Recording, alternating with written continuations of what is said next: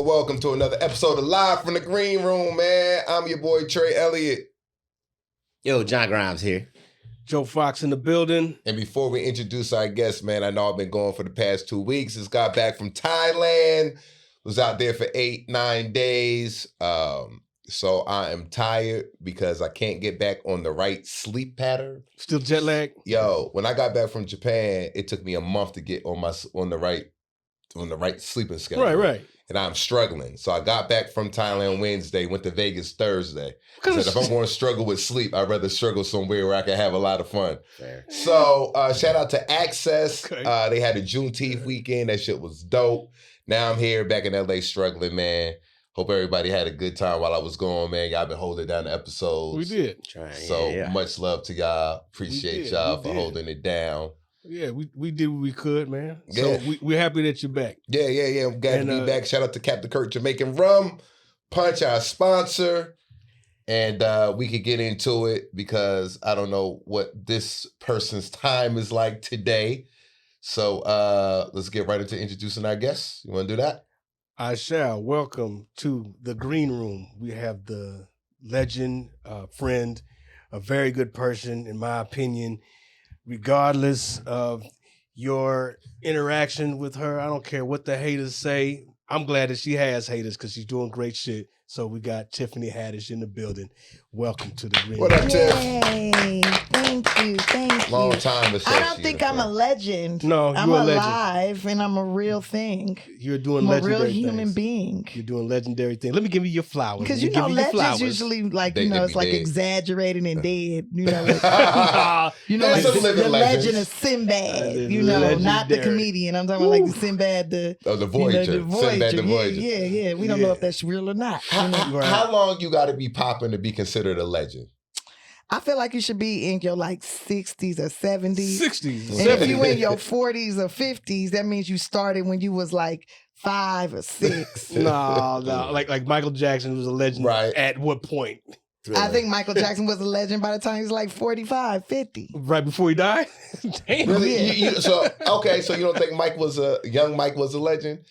I think young Mike was very talented and very popular, but no, not legend yet. Okay. He hasn't done Like- legendary things yet. I say legend. I think he did legendary things, yes. And the thing that made it officially legendary is that he was dead. I should say the time that passed. Well, Like, he had to die. He died. I'm alive. Well, we are glad that you are doing alive type shit. I don't know. You can call me a legend There if you you go. want to, but Yeah, I'm trying to give you your flowers. No. I receive them. Ah, You know, yeah, I'd good. rather Got you you. say I'm like a superstar, movie star, comedian star. Well, You just know, dope. I'm just You gonna know, say dope. kicking Dope open person. doors and creating opportunities for others. Yeah, I I was would gonna rather get you into say that. I would all rather that. you say she's like, she's a pillar in the community as in a way of like trying to make sure people eat and they got roofs over their head. You know? what? I was Amen to gonna, that. I was That's gonna how get you into say all that. of that. I was gonna get into all of that. But if you want it right now, we can give it to you right now. Okay. I- Put a condom on. But oh Lord Jesus, now, the episode is over. But just before everybody can go around the room, but I remember when I first met you. Mm-hmm. Not long after I moved to LA, Mm-hmm. and you probably don't remember this. Nah, you don't remember this. Okay, what? It was the first few times I got on stage, because when you move out to LA, some people it takes them a while to get on stage, whatever. But we went to some promoted place where they had like a little juke joint club with brass. I don't know what the situation was, but they had a comedy show in there, and I didn't know anybody, but a few people. They told me about it. I went. I parked next to your car, the one that you always be talking about. That Geo Metro. That Geo Metro. I remember looking into that car and like, man, who still drive this one, and who either Got all this shit. I thought somebody would just move there like me, because I still had stuff in my car. And I never knew that it was yours until you told that story. And I was like, man, she telling the truth. You talking about the townhouse. No, it wasn't the townhouse. It was not the townhouse. It was someplace else. I know it wasn't. The Cork? If it was, it seemed like it was like off of Western or something. It was like I don't know where I was. It was. There was a VFW there off of Western we used to do comedy at. There was another little spot that used to be the dope spot right there on Western at 54th we used to be doing comedy at. Then there was that spot. There was a spot on Figueroa that had brass stuff in there. Then there was that spot off of Slauson that it was a wedding venue and they used to try to do comedy shows in there. Yeah. You It's see a lot that of spots. So grind? you talking about La Louisiana because they had brass all around. Then they had this band and they had a stage. And it's probably La Louisiana. Once, I remember you mostly from Mixed Nuts, and then at the Comedy Union. And then you said you was a photographer. He was lying. And I was Trying to get access. was you not taking pictures of people? I was doing design work, graphic design work for people. That's what I was doing. It wasn't a photography type thing because I most certainly didn't have a camera. I had a flip phone and a BlackBerry. That's all I had. Oh, but then maybe it was that other dude that was short that was always trying to take pictures. Oh, I know who you're talking about. Yeah, that was. Was his name Joe too? No, hell no, it was not. But he was a dope photographer though. He wasn't. I think he did some work. I don't think he was dope. He didn't do no. He got good lucky with me headshots. then. He did some Oh, work. yeah, he did your pictures. Once. I only worked for him once. Yeah. He took your pictures, and then you was showing me your pictures, and then he kept saying your name. Like I took Joe Fox pictures. I took his pictures. Come on now. Try to use me to get in. Yeah. Let me do your pictures. Let me take some pictures of you. Man, that's everybody try to find their way in some kind of way. The camera. I mean, you could. The dope thing about it, she just you named Tiffany like 5-6 spots where they was doing comedy in the hood, in the bars, in everywhere else but a comedy club, right? Which shows how long Streetwear. and how hard we were grinding, and people was grinding in the business that don't nobody know about. They don't even know about that little hood spot, the Cork, or this little hood spot here where nobody's coming to see comedy. Ooh, that motorcycle club right there off of Western and remember there was a jazz club over there too, right by the Rob's grocery store, and the best Chinese food in LA is right there. It's off of Western and Manchester. And there was a motorcycle club like a block away from Western and Manchester, and there used to be some thug ass niggas up there, boy. Man, I used to be scared in there, and I would perform. I would be scared. Did you ever do the family room? Yeah, I did the family room. Was you scared in the family room? No, but no one told me. No one told me that there was an element in there. I done the family room one time. I moved out here in 2009, so a lot of the things that y'all are saying, some of those rooms wasn't 2000s. Wasn't like there Mixed anymore. Nuts was Mixed gone. Nuts was gone by the time I came caught out the here. tail end of that. Yeah. I caught the tail end of that. Yeah, you had just got. That's how you was like. I'm from. Where are you from again? Dallas, Texas. Yeah, because your accent was a little stronger. Is it gone? I didn't even know it was there. Really? Okay. All right. You got something. My accent's from people would think I'm from Texas more than you, and I'm from South Central LA. Okay, my shit's stronger than yours. Anyways, but I remember you was from somewhere else, and it was like I feel like G Thing was around, and Shang was standing there, and you was introducing yourself to us or whatever, and I was just trying to get on stage, and they was gonna let you go on before me, and I was like, this nigga just got here, like. The fuck? I've been coming here every week trying to get stage time. He just got here. Yeah. I remember that. I was jealous. What? I'm trying to remember when the first time I saw. No, I saw you doing the saw you doing sketch comedy with Samson and the gang. Factory. Yeah. No, we was doing it at the Comedy Store. Oh, first. Tuesdays. Okay. Yeah. I've that's seen, the only way I could be on the Tripping on Tuesday show. Or whatever it was called back then, Fat Tuesdays. It was Tripping on Tuesdays. They wouldn't let me do stand-up, but they let me do the sketch. It's crazy because I remember I knew of you before I moved to LA. Well, I knew of you before you did Def Jam. Word get around, especially with female comedians, there's not too many. So when you hear about somebody that got a little buzz or a little whatever about them, you're going to hear their name. So at that time, I was living still in the DMV at that time. And you ran into my social worker? No. So she moved to the DMV. No, I actually saw she moved to Texas. You came to the Baltimore Comedy Factory. Oh, and I came, and I never go to see comedians back then, and I'm a comic. I'm like, I only go to comedy clubs if I'm performing. Right. And you came, and I said, let me go check her out. And I came, sat in the back, and watched your set at the Baltimore Comedy Factory. I don't even know if I introduced myself to you. No. Or not, probably didn't. And then, then when I moved out here, I started seeing you around. That was that Rihanna Gets Revenge sketch I did with, what's his name? Oh my gosh, he was my friend for many years. And I haven't seen his song. I did this sketch called Rihanna Gets Revenge, and he wrote all the songs, produced it, everything, did all the stuff, and then I just acted in it. And that was in 2008. Okay. And because I did that sketch and it got 1 million views, it was right around when YouTube was getting hot. Then they invited me to come out there and do stand up. Off of that sketch. Who I was in that group? And that was my first time out there. And it was I had just got married and stuff. Oh, really? And I had that ponytail that I put my ponytail off and all that. Yeah, you had the ponytail. Yeah, and I was selling my little t-shirts and shit. I was so corny. Oh my God. Yo, you was hustling though. You used to sell your book bags. I had the sparkly backpacks. Yep. Sam Manuel. Yeah, people be sending me pictures of the sparkly. I still got my She Ready backpack. That's just crazy. And I used to make them backpacks. I had ordered them and then I would sew the tags in them and sign them and so let me ask you. So when you think about that, right? Think about the Sam Manuels and all them times you done said, and you selling the backpacks and all of this stuff like that. And at that time, it's just yo, I'm trying to make it. I'm trying to get here.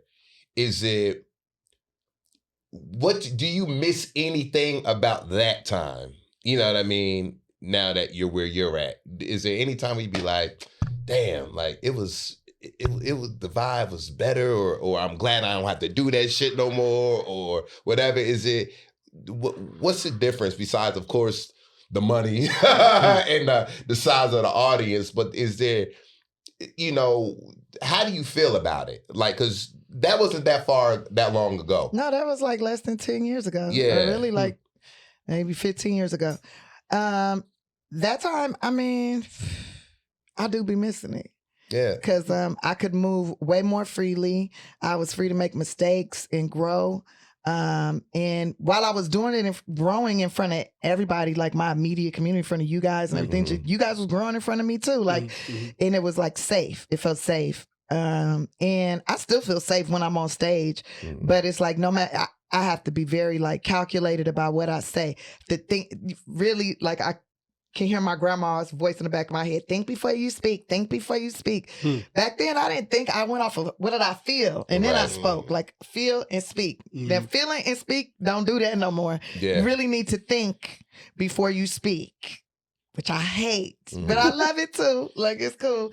But I remember back then I spoke my feelings. I felt something, I said it. If I liked you, I liked you. If I didn't like you, I told you to your face. I don't like your motherfucking ass. And I still do that. But now people laugh they think it's a joke. And I'm not joking. Yeah. I'm dead serious. If I tell you I don't like you, I don't like you. Yeah. Just wanted you to know, don't like you. Yeah. Just like that. I'll have an attitude or whatever. Well, you got an attitude because I don't like you. I really don't want you in my space right now. And you're acting weird. Yeah. People be acting weird. I feel like I'm the same. Yeah. And people act different. Don't be acting no different because you saw me in a movie or you saw me on the TV or you saw me get arrested by the police. So what? Yeah. Bitch, this is not the first time I've been arrested by the police. Right. A lot of people see me be arrested all through the 1900s. The early 1900s. The late 1900s. Get it together. I ain't that old. And see, the early 1900s. The late 1900s. I was on your IMDb and I was looking the body of work. I mean, you're in your third decade of doing this. I mean, according to them. So, which means the stuff that just didn't make it on IMDb, whatever that work was, which is a lot still. Which is still a lot. So, I think I saw the earliest thing was like 2005. I tried to watch. Sorry, that she was apologizing for it. Nigga, just say it. You about to say some bullshit. You already said try to watch. I was like, it's probably some shit I was trying to get burned off the internet. Man, it was the Urban Demographic. There it is. I hate that fucking movie. Urban Demographic. It's the worst movie ever. I tried to get through it. You don't need to. It's free on Tubi. I'm talking about the link will take you right to it. You know why I hate that movie so much? It's several reasons why I hate that movie. During that time I was shooting that movie, I was homeless. I was sleeping in the parking lot of wherever we were shooting at. I was in that car. We shot that in 2003. And I also hate that movie because they told me they was going to pay me. They never paid me. And the way the producer tried to call himself paying me is he gave me 10 copies of the movie on a DVD and said, sell those. And that'll be, if you sell those for $25 a piece, you get your money. Wow. Now it's on Tubi. Let me tell you something. So then I get. Oh, I triggered him. My bad. You triggered the shit out of me. It's the worst. Then I go to. Oh my God! I get it. I have an agent. The agent's trying to get the money out of them. They dissolve everything. The companies dissolve. We don't know where it is. Right. I get on the Carmichael show. All of a sudden, this movie start popping up on BET. Yeah. Damn. Yep. No, I need to be paid for that. I should be getting paid. I'm in a union. I was in the union when I shot that movie. Where's my fucking check? Man. Still no check. Nothing.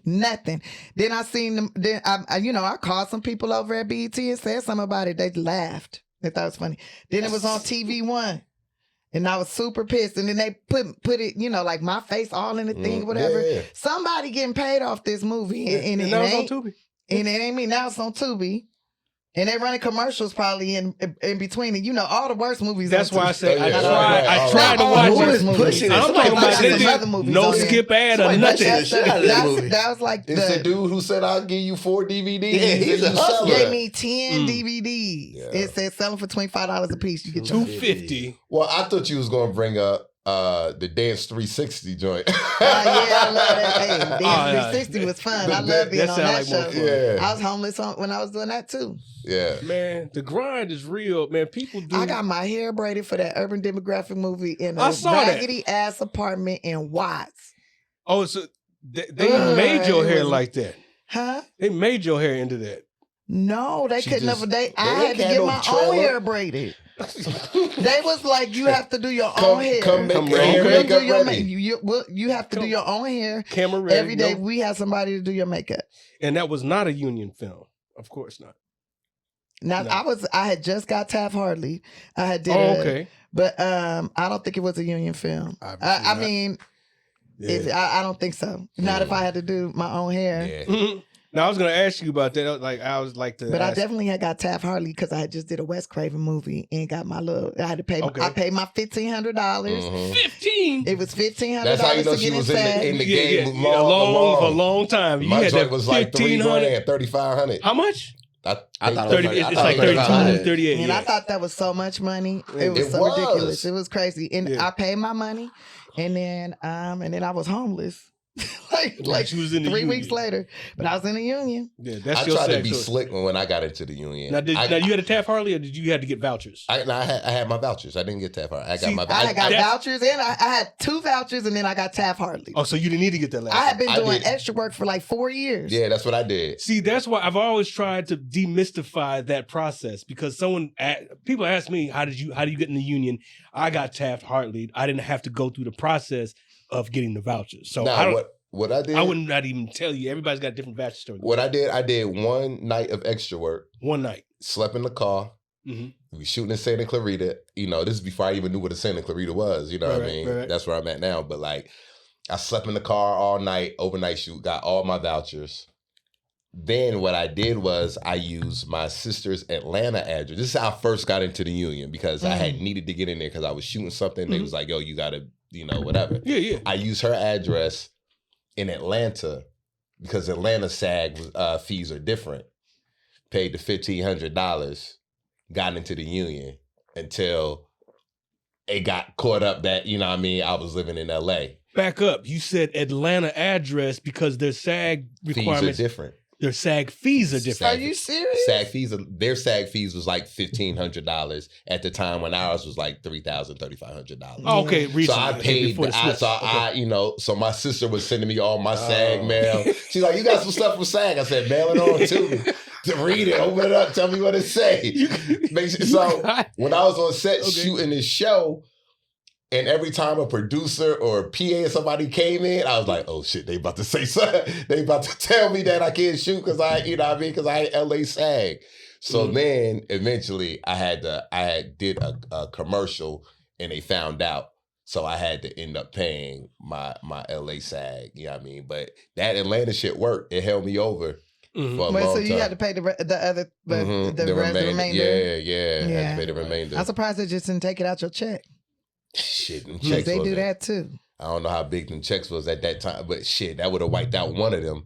That would have wiped out one of them. Tiffany, I want to ask you a question. I was going to say, just because when I met her, or at least when I saw her first, had just moved to LA from the Midwest, and I lived in downtown Long Beach, and they gave me like free tickets because I thought, oh, if you go down to the downtown Long Beach, I want to perform there. I'll just walk up and ask, where can I do a show here? They were like, no, here's some tickets for you if you want to come watch, and you can go to the Hollywood one to audition. And I was like, all right, I got free tickets.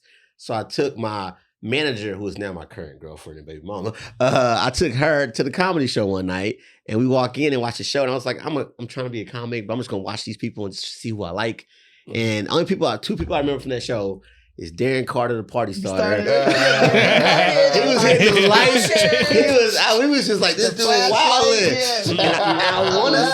It was insane. And I want to say you might have closed the show out, but you did that vid where you do kind of like a horse walk or something like that. And you and a girl was just like, wow, she is really something. And I usually am not impressed. I walked away saying those two people I cannot stop thinking about them. And I don't know how long ago after that, but when the like Girls Trip commercial came out, my girl was like, isn't that the girl from the Laugh Factory? And I was like, oh shit, it is. So just rewind it back in my brain now and how you tell your stories about how things were going good. Then you say you balance it out with, and I was living in my car, shit was going bad. This was August 2014 when I saw you at the Laugh Factory in Long Beach. Oh my God. How was your life going relative to when I saw you in this commercials? That's the same girl. Did it jump, or were you already doing well and it just got better? Or so 2014. So I was divorced. I had finally got a place to stay in, because I was like my third time. By LAX? Was that the LAX spot? The LAX spot. Yeah, got that spot at LAX. I got to do the Arsenio Hall show. And from and then I was just trying to figure out how I was going to pay my rent. So I was still like shooting people sketches, just whatever, trying to pay it. That rent was expensive over there for that little 1-bedroom apartment. Wow. So you was fancy. You had the security gate, the call. Look, that was the only place that would accept me, because I was trying to like find some other spots, right? Yeah. And I was okay with being in the hood. I was looking in the hood. They was like, nah, you can't stay here. You can't stay. I'm like, damn. And my money was too sparse. Like you come into like 10 G's and then it'd be like 6 months. I'm only making $40 a week. Like, you gotta just try to figure it out. Wow. So, but I had my little Volkswagen, and I had my Volkswagen EOS convertible, still got it, 2012, and I have my Geo Metro still. Wow. You still got that? No, I don't got that. I'm finna say. But at that time, I did. At that time, I did. And so I would, so I got the Arsenio Hall show, and then I was like doing a lot of his sketches and stuff, still shooting other people's sketches and getting spots. I wanted to go on tour. I wanted to do a tour. Nobody would let me on their tour. So I would just kind of create my own little tour. I would call up schools or whatever. I'd tell my agent, like, can you book me? Get me booked over here. Get me booked over there. Like, I would talk to other comedians. A lot of comedians would be like, nah, you can't open up for me. Nah, I don't want to work like that. Nah, I'm good. As some comics, like, if you giving up some pussy, you can open up them legs. You can open up for me. I'm like, that don't make no sense to perform twice. Right. I'm not performing twice. Like, no, I'm not doing that. Right. And so it was a long time before I even got to go on a tour. Like, literally the only, I got to do 2014, I got to go on a USO tour. I love that. And like every other year I would do like USO tours. So I started doing those in probably like 2005, 2004. Who would you go with? I went with Barbara Carlisle. Barbara Carlisle. Okay. Tina Kim, who to this day I will fight you. Damn. To this day. She's looking at the camera too. What's her name? Tina Kim. I beat your ass to this day. I don't give a fuck. We in America now. All right, Tina. We ain't in Korea. To this day, let's go. Squabble up. Let me find Tina. Tina Kim. Okay. I don't know where she at. Like Tina who? You want to get her ass beat? And it was the three of us. That was No, that was in 2008. Who did I go with? In 2014, it was, oh my God, I can't remember none of their names. I just talked. But you went several times. Wait, you know who Puerto Rican comic who is a rocket scientist. Oh, My God, what's her name? She's a rocket scientist. Y'all know her too. That. Yeah. You know her. You know her. When Not I as a say her rocket name, scientist. you gonna know her name. She's Man, smart. she gave up that for comedy. Woo.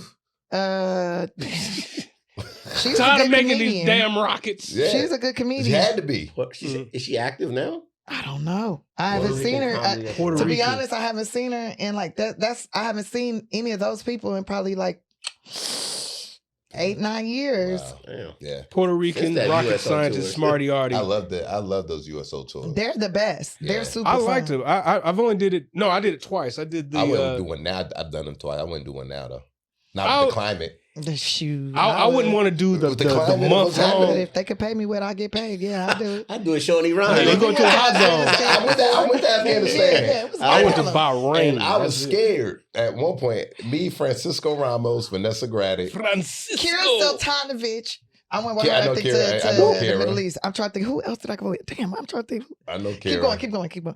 Ida Rodriguez, me and Ida was supposed to go to a thing, but then I got a movie, so I couldn't go. But Shout out to Ida continue. Rodriguez. Yo, We gotta I get remember- her on. Girl. I remember when Boogie, shout out to rest in peace to my brother. Rest in peace.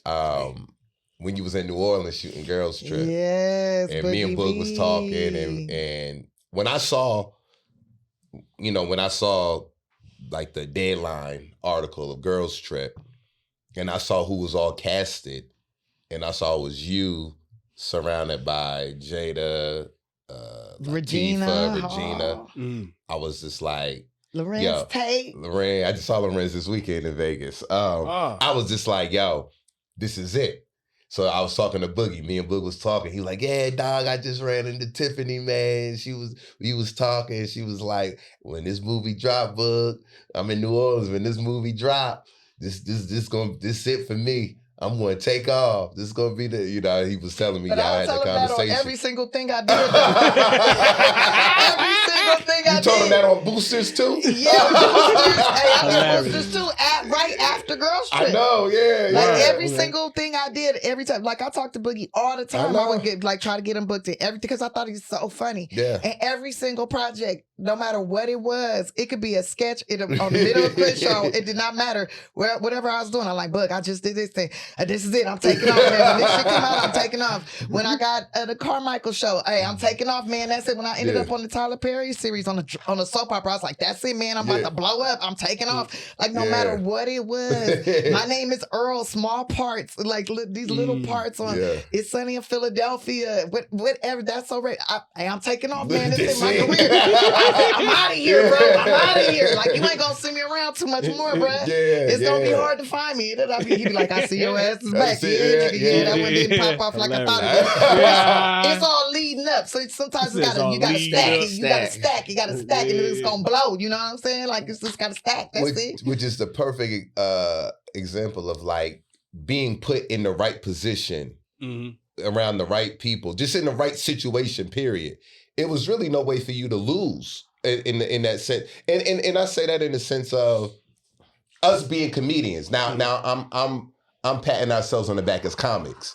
If we're the comic relief and we're good at what we do, you gotta win. You gonna win. I feel like you gonna win. Let me tell you something. Now tell me. Let me tell you something. Okay, I done did quite a few movies, and what I have learned is the script might be hilarious. You might bring that to life, and it's hilarious, and you add a little seasoning spice to it, and that's great. But if the director and the editor don't see eye to eye, if the editor don't understand comedy, if you don't have good editors, like I think directors are great for giving vision and whatnot, and like getting you on the right path and like sculpting out the story and everything. But if you have a shitty editor, Man. forget about it. There has been magic left on the floor.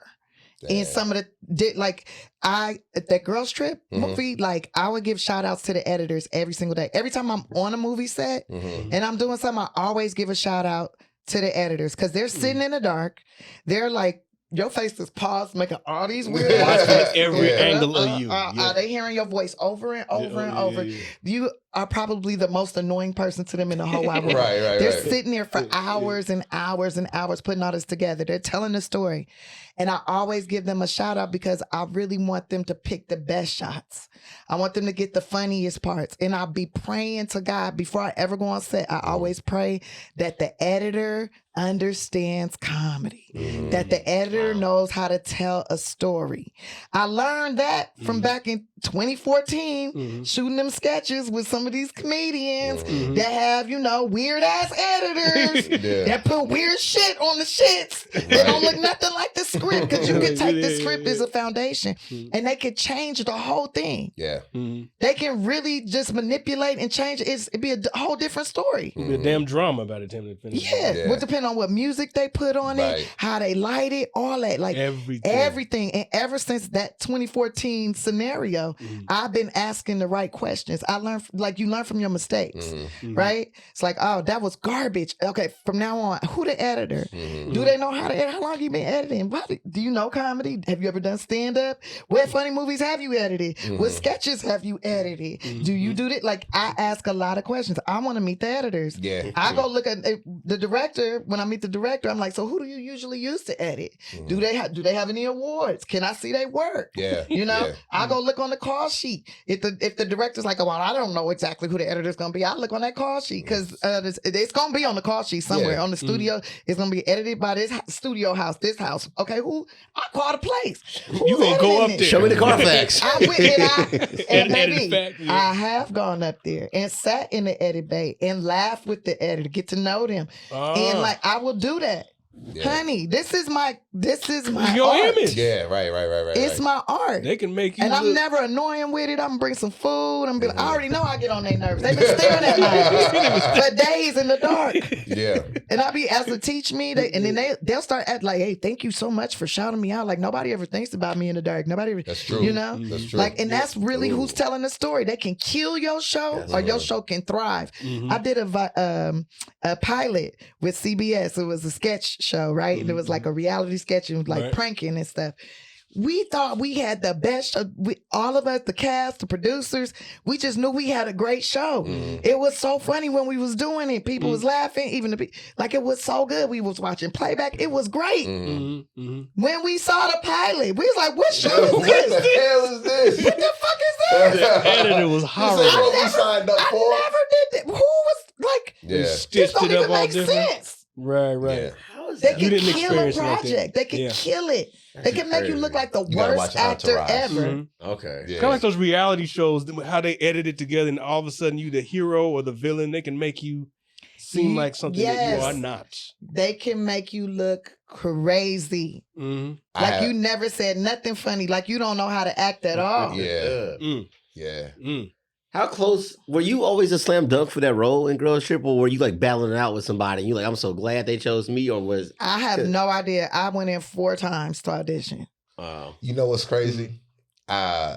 With you saying that, I be on the internet and I'm one in the comments all the time. Especially somebody posts something about somebody I know. I'm in them comments like, oh word.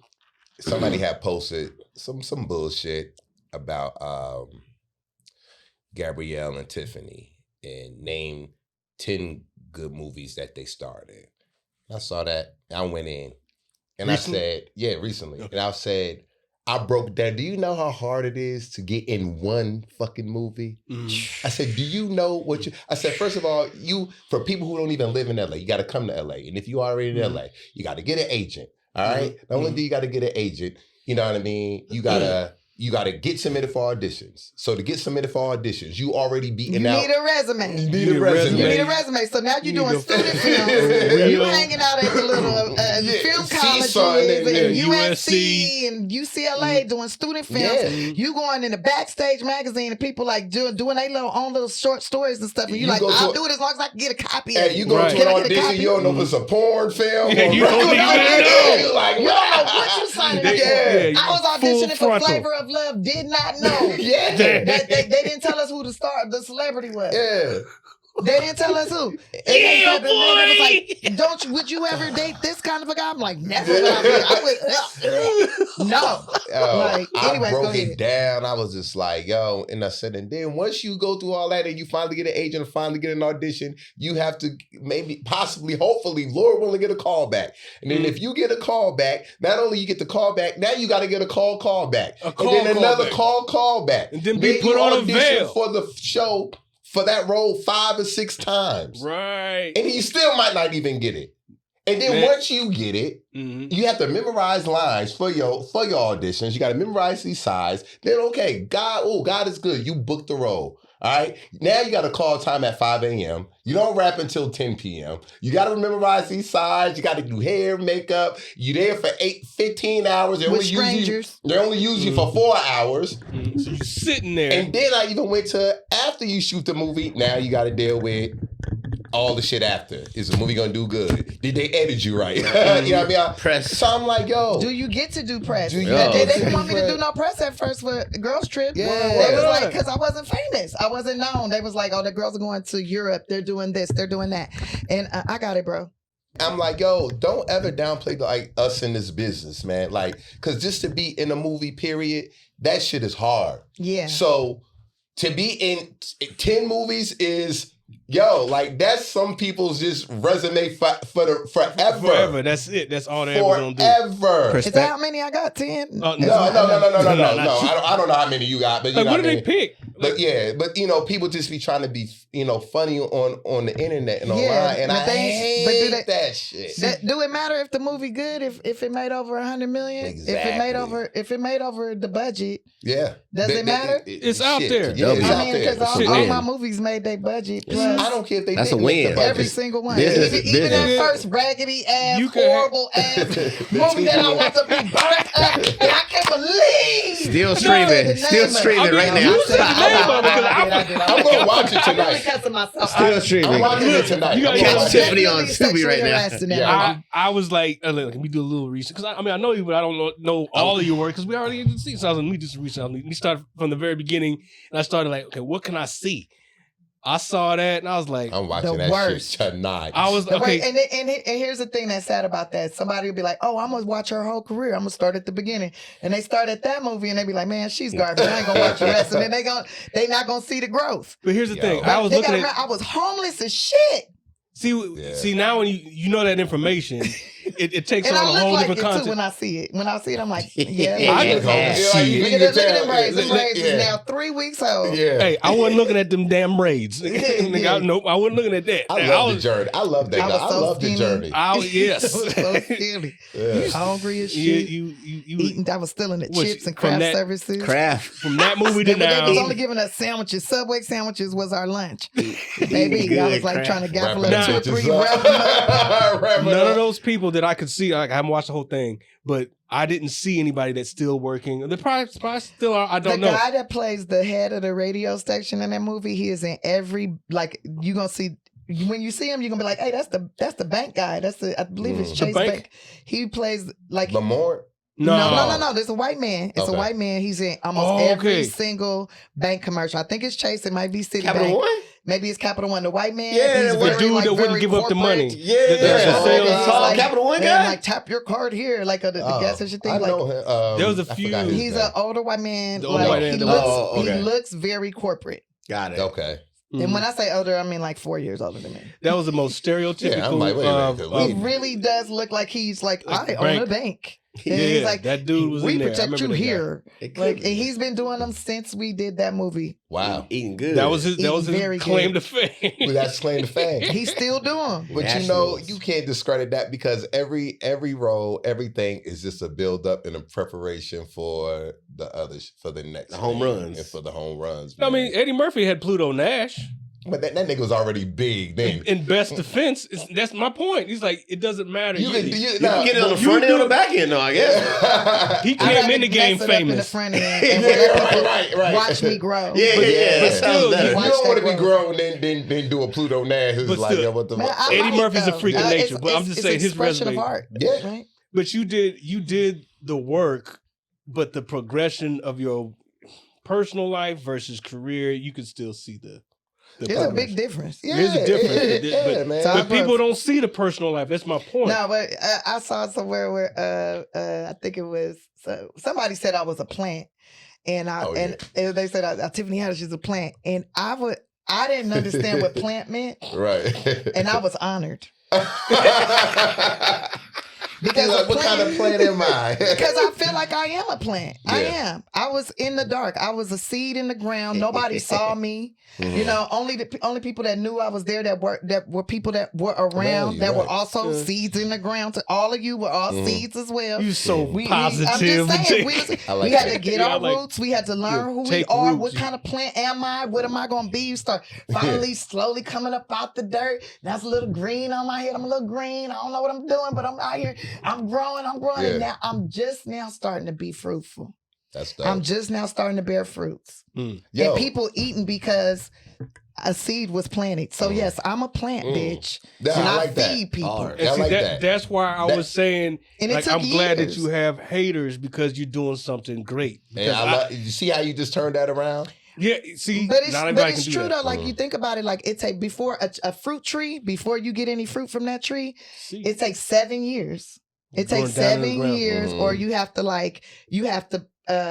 what they call that, graft it. You have to take another tree and put it on that tree. Somebody got to put you on. Yeah. In order for you to be fruitful. Right? You can be there. There's people that's in this business that are there. You see them. They're trees, but they are barren. They don't have no fruit. They don't feed nobody. They don't nothing. They just taking up space. Wow. Right. They ain't nobody able to grow off of them, but then they do provide shade. Artificial. They do provide shade though. So maybe I can get some shade from them. You know what I'm saying? I'm not getting no nutrients, right? But I can stand under you and get a little shade. Yeah. Right? While I take a break, while I go over here and get some fruit. That's from other people that are bearing fruits that's trying to make sure we all thrive. Man, I like that. I love that. That's how I see it. That's how I see it. So when people call me a plant, I'll be like, thank you. Yeah. Thank you. I want to be a coconut tree. I want to have all the amino acids that you need. They like, what the fuck she talking about? That's how you got to do it, though. That's how you But that's how I see me, right? That's how I see me. So if you calling me a plant, thank you very much. You're right. You're right. And the original farmers are no longer with us. Right. The original people that planted my seed, that planted me, you know, they're not here. They're not here like that. But hey. Yeah. I'm able to produce fruit, and hopefully other plants grow around me. Maybe some of my fruits will fall on the ground and the seeds will end up in the soil and grow around me and protect me. Who knows? That's what God knows your heart. Nah, but that's what got nothing to do with. Well, they do got a lot to do with God. I'm just saying. But that's what the business. You're saying something that's very positive and endearing in this whole situation. People trying to be negative. I know they just jealous because their fucking roots are rotten. Yeah, they infected. They need a little baking soda. They need a little detox. They need somebody to pay attention to them, pull the weeds from around their roots. Maybe they being suffocated. Maybe they could grow. Maybe they a seed too, but they under a shade tree, so they ain't gonna be able to grow. Maybe a bird need to eat them and shit them out somewhere else. Damn, not the maybe shade they need tree. to go to another place because they ain't getting no sun. They ain't getting what they need. Yeah. So they jealous. Right. Oh, you a plant? Yeah, and you a seed. You just a seed. Ain't you need some fertilizer and shit. Somebody need to shit on you.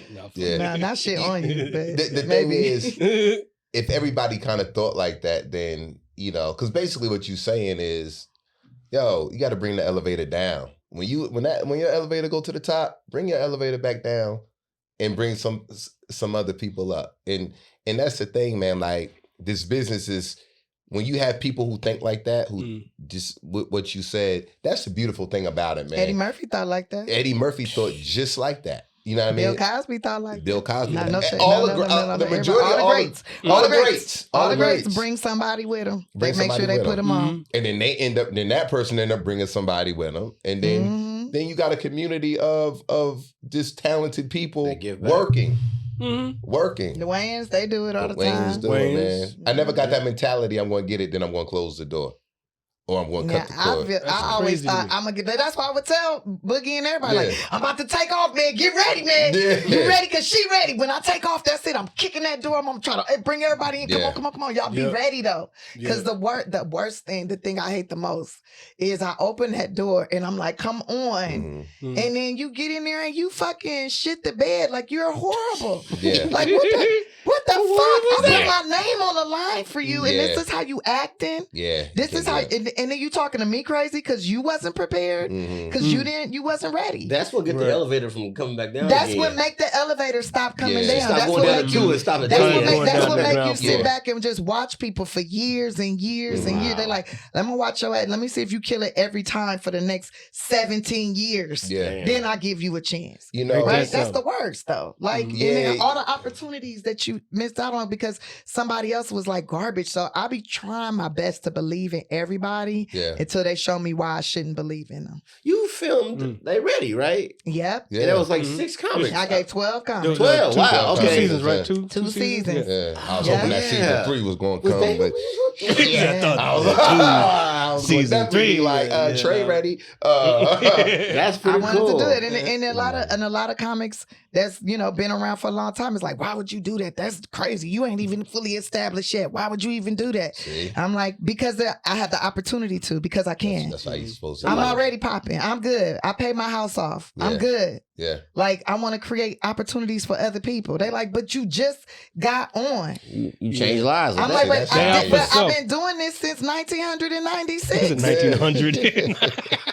It's 2017. It's 2018. Well, you say 1900 because the hair. I love the hair and the fit. Right. It make it sound like you be talking 1928. Right? I'm classy. You looking very classy. I'm talking 90s. Real opulent right now. I'm talking 1990s. Late 1990s. But you feel like you're talking to Josephine Baker I really feel like I'm talking to Josephine Baker right now. Thank you, dog. But it ain't about waiting. Yeah, when you hot, that's how I am. Bring them on. That's how when I was hosting.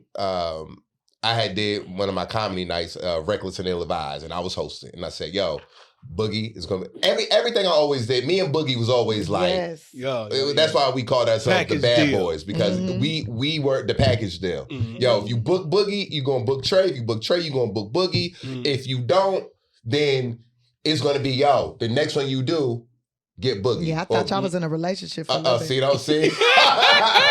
Don't do that. I booked Boogie to do the San Manuel, and then you come to. I'm like, yo, but you must have been his transportation. Each other. We moved here together. Like that was my brother, and one of the most difficult things that I'm dealing with right now is like with my success. It was always like, yo, when I get there, I got you, bug, or vice versa. But he not here. So it was just like, damn. You know what I mean? It's just like, that was going to be my all right, bro, like I got you. And it's like, yo, when those people who you really wanted to extend whatever, they not here no more, it fucks you up. It hurt. It hurts. It hurt bad. Yeah, man. Especially when they're from the very beginning. Starting from the beginning, beginning. Like that would be like Tisha and Tashina. It's like I can't imagine them not being in this one I can't even imagine because they was always there together. Yeah. From a long time. They got like old pictures of them when they were like teenagers. I'm like, I didn't know they had like that much history. It's crazy. Those are child stars. You know that, right? Yeah. That's what I didn't realize that. I was like, go back to when they was like both like 10 legends. Yeah. What you trying to say? They breathed it. They started at 7 and 8. Right. You got to do 30 plus years. You started when? When did you start? 1996. Okay, well, how old were you in that? I was like 15, 16. Was that the Laugh Factory? Is that where? That's wild. I've already been winning drama festivals and stuff. Oh. For monologues. Yeah. Oh, okay. So you've been like that. I competed in high school. I did too. I was a drama kid. I was a drama kid. Y'all theater kids? I did monologue, dramatic duet, humorous duet. Damn. What's the monologue you did before? Do you remember?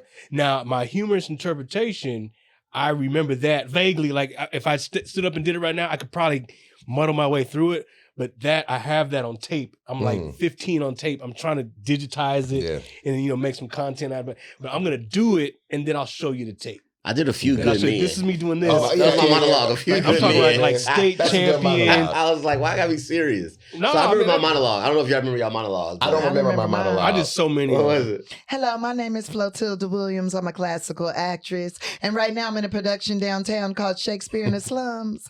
And we are doing the show Romeo and Juliet. I have thus exploited the title, Romeo and Juliet. And me, I'm Juliet.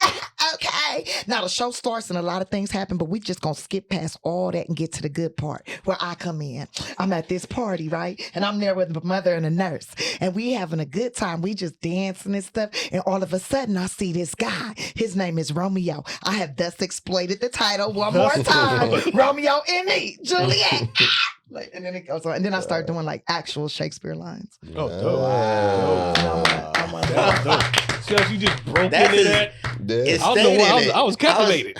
I could have kept going, but it's 5 minutes. So. Yeah. Monologues are, I think, up to 8 minutes. I cannot remember my monologue. I remember all my theater because I did theater through all the way, even some college. Yeah. But I forgot. I can remember a lot of my roles, but I can't remember some of my monologues. That's separation right there. And then I did Midsummer Night's Dream. Midsummer Night's Dream. I've never done Shakespeare. I used to love Shakespeare, man. I did community theater. Yeah, but we did it at the Shakespeare Festival, and I did Midsummer Night's Dream, and I played every single character in the play in a monologue.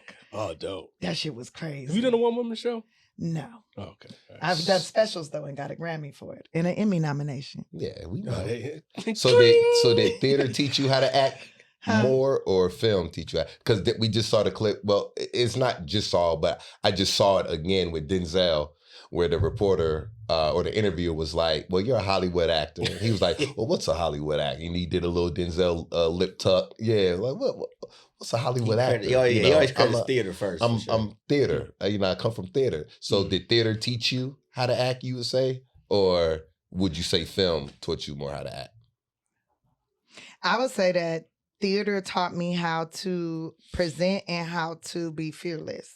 Okay. And then I took acting classes for camera because I didn't know how to act for camera. I know how to act for the stage. And that's why I think my stand-up is strong. Like things resonate with people because I know how to do things really big for a theater, for a room full of people. To the back of the room? Yeah, all the way to the back. And you don't do that in film. Yeah. In film, if you're doing like all this big shit or whatever, then that's called gilding the lily.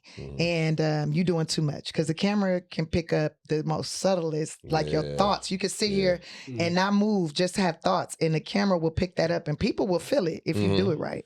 So it's like, but I didn't understand that at first, and that's probably why I went on 250 auditions before I got like a real damn job. Man. Like I had to go take acting classes for camera, on camera acting classes, and learn my face and learn how to. Like I thought I already knew my face and all my modalities and things I would do, but that's for the stage. Right. For the camera, it's small. It's like it's an intimate relationship with somebody. Then you got to imagine they standing right here staring at you, but you living life all around them. Right. Like you living a slice of somebody else's life. And people don't necessarily live their life with like, you think you're great. Like unless they being silly with their friends. But for the most part, it's like, oh, that's crazy. Right. Yeah. Who were you acting like in your auditions? Because I feel like especially comedians, we all have that person that we are acting like. Like for me, it was Martin. So all my auditions, I was acting like Martin. You know what I mean? Until I found, until I took my acting classes and was just like, okay, like I can't be Martin. I can't be Martin in all my auditions. And even Tisha, even though, we ain't whatever, but that's neither here. That's another episode. But even Tisha, Cameron would tell me that, back in the day, stop trying to be Martin all the time. Be Trey. And I was like, you're right. I need to figure out how to be Trey. So who were you? Were you anybody, besides Tiffany that you may have looked up to in your auditions or just, I would try to be, okay, so in my mind, like before I would go into an audition, these are all the things that I would put in my head, depending on what character I was playing, right? But most of the time I would be like, I'm Whoopi Goldberg mixed with Jim Carrey, mixed with Tom Hanks, mixed with Oprah Winfrey, mixed with the beauty of Halle Berry and the grace of Halle Berry and the grace of Dorothy Dandridge. And like, there's just certain things that like in my mind, I was a bunch of people. Okay. Like I wasn't just one thing. And then if it was a character, like a lot of times my agent would send me in for characters that was for white women. So then I'd be like, okay, I'm the chick from Sweet Valley High. And I'm Cyndi Lauper, but also I'm a little bit of like, Selma Hayek. I'm a little spicy and a little like I was like all these different like things I would just put together. I really wanted to be Xena. Remember Xena the Warrior Princess? I wanted to be her so bad. I really wanted to be her, but I never auditioned for nothing that was like her. But I would imagine that I was strong like her. Like when I would go into stuff if there was like a strong character. But yeah, I really needed those on-camera acting classes because I would like do like emote this yes I'm strong, I'm this, I'm that, like it's just like and and it's so funny because all these casting directors, they would all tell you, like I would go to all these different auditions and they would always call me back because they said I was a breath of fresh air. They knew I wasn't right for the part, but they knew that they would enjoy themselves even if it was a dramatic thing. They would have me come in, they're like, I know Tiffany gonna be funny at some point, I know it's gonna be refreshing and break up the monotony of the day. And they would have me come in all the time. But I would give them thank you cards and tickets to shows. And, like invite they assistants out. Like always invite the assistant. Because the assistant will one day become the casting director or the studio person running the studio. I know people that were assistants that are now running things. Okay? So it's like always look out for the little man. Be nice to everybody. Treat everybody the way you want to be treated until they treat you fucked up. There you go. That's a nugget right there. What role was Marlon Wayans talking about? Where he said, the interview with Marlon. 50 Shades of Black? Really? In the thing, look, when they put out the cast. Well, first of all, tell people what Marlon said. Marlon was like, Tiffany's just too much, you too much, and you be inappropriate sometimes. It's just too much. Marlon Wayans, of all people, so he be having his balls out. Balls out, assed out, Marlon Wayans. He like, you just be gross and you be like just doing too much. I'm like, what?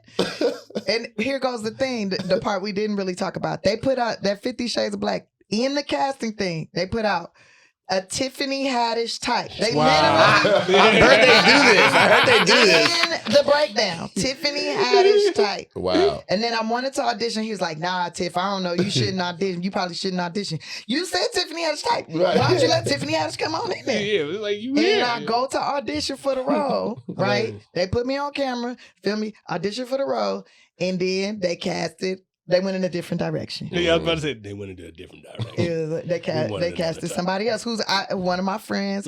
I think she's hilarious, very talented. But I was like, interesting. And what was that character saying? Things that Tiffany Haddish was saying in the audition. Yeah, wow.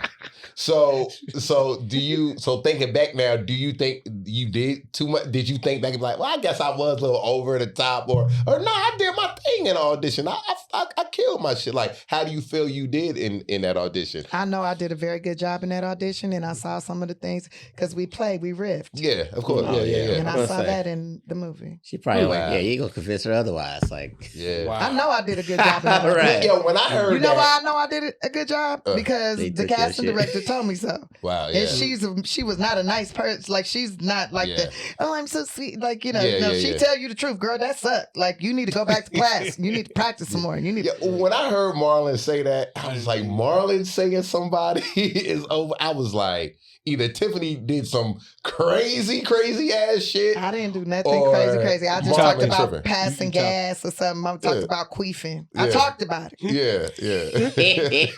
We all know I can do it on command. We know I can do it on command. Maybe I queefed in the audition. Right. Maybe. Go ahead, you got in the and maybe that was too nasty. Maybe he didn't smell nothing. I don't smell nothing. I'm trying to hurdle it. I'm like, hurdle it. She got a fat machine, fart machine in there. A queefless audition. That's what they were looking for. Okay, so I'm curious about movies where like you get to work with comedians. Like, is it like as I I think I'm working with a bunch of comedians on a movie would be hilarious. Like Night School is you and Kev, right? Is it just comedy the whole time? You got to stop yourselves, or it's like we comedians, but we serious right now though. Like let's get this over with. We be wanting to get it done. Okay. Right? And so I mean, we cracking jokes and stuff in between scenes or whatever, but I mean, those long hours, you want to get it done. So it's like, we play, but we pictures up, let's go. Like, we ready to shoot. Like, also, Kevin's a very busy person, right? So, like, in between scenes, he's handling business calls. Also, I'm a busy person. I'm handling calls too. And then, like, when you sit back and look at this, at the set, like who's on the set, every single person is a movie star in their own right, and TV star in their own right. Everybody busy. So we want to hurry up and get stuff done so we can get to the next thing. So when do we play the most? When he say action. Now we trying to make each other laugh. We having a good time, but like you got to hold it, you got to whatever. They cut, we all busting up laughing. All right, let's reset, get back to it. Because we want to finish it. Yeah. But it is fun, though. But it is fun. But it's not like we just like goofing off and pranking each other every few minutes. No. Do you ever get to see the outtakes of stuff? Yeah.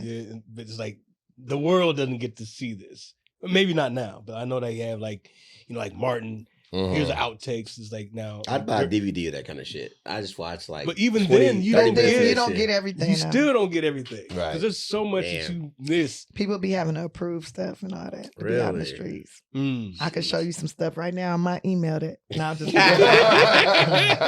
top secret. So okay, go ahead. I was gonna say we're talking about outtakes now. Who, like, did you try to break people? Like, no, you never tried to do that. Never. Did anybody try to do that to you? Yes. Okay, now, like, what was that like? You trying to be professional? I can see what they're trying to do, and you had to freaking. I can hold it. Oh, you can hold it? Yeah. You would never break down. I think I only broke once or twice ever, and that's probably because I had to pee. So I was he was like, let me do this on purpose. Screw this up so I can go to the bathroom. I gotta use the bathroom real quick. I like seeing people having fun on their job. Yeah, we have fun, but I'm afraid they be trying to break me, and then I just be like, okay, I see what you're doing. I'm gonna just we gonna play the 1-up game. Then we play 1-up. It's like comedy sports at that point. Sports. Yeah. So then it's like, oh, okay, that's what you're trying to do. I'm gonna hit you with this. Like I'm always in the mind frame in a scene. Like I pretend like this is my life. Like this is a slice of life. So you listen, and then you roll with it, right? If you're listening, then they can't really break you. Would the character laugh? If the character would laugh, I laugh. If the character wouldn't laugh, if the character would get upset or the character would be confused, well, that's what I'm going to do. And then I'm going to say what seems natural for that character to say.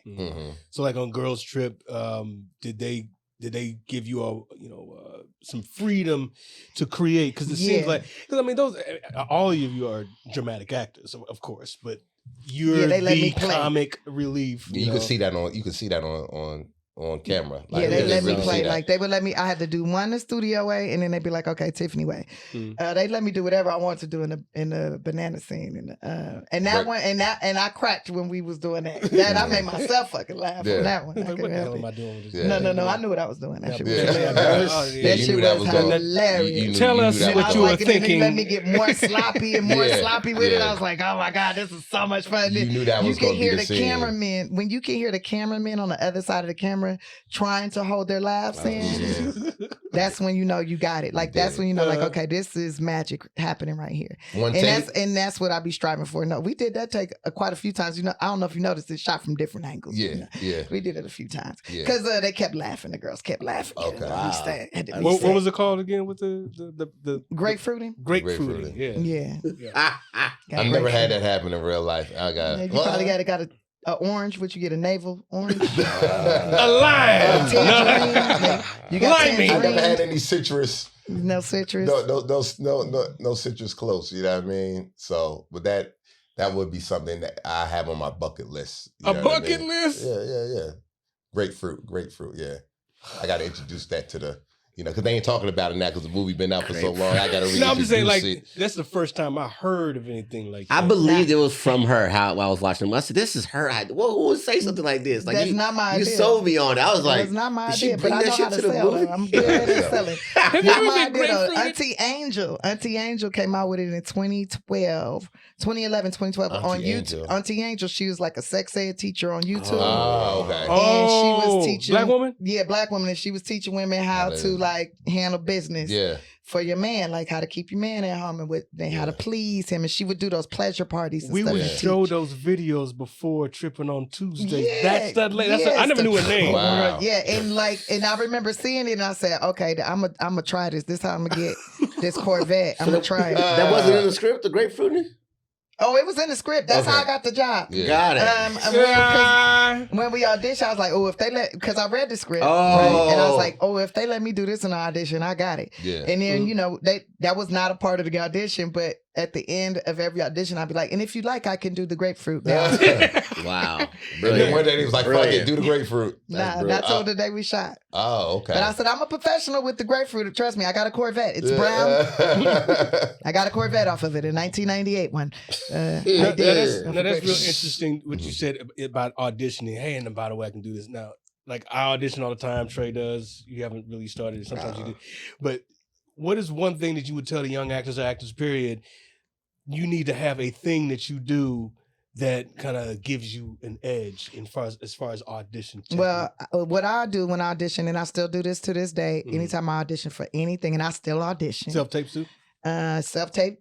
No, on self-tape, I do what I want because you in control. See, when you walk into a room, it's your room. It's your time to shine. This is your chance to play.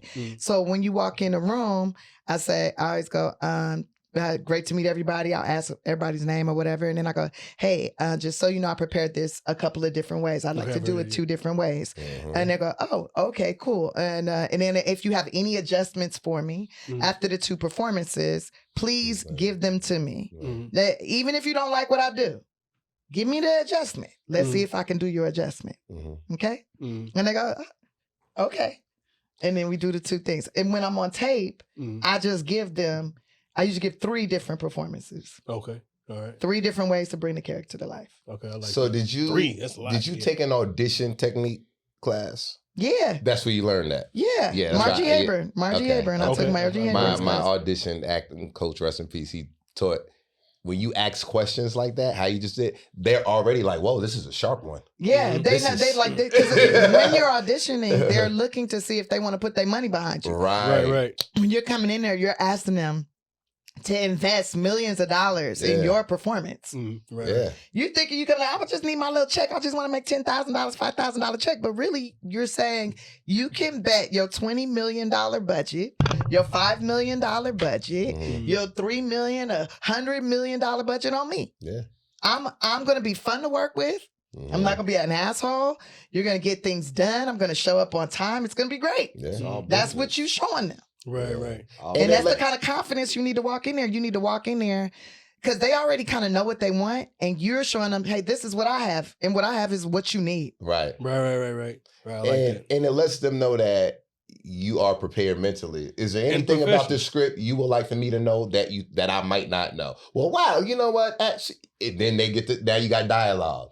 Now they're looking at each other like, yo, this person. You're a partner now. Yeah. There's somebody we can collaborate with. Yeah. Call them back in. Yeah. You know what I mean? And if they make change, because they make changes on the set in the moment, right? You're not going to be thrown for a loop. You'll be able to do those changes. Yeah. And will you be able to take direction from the director? That's the main thing. Can you take direction? Can you take direction? Yep.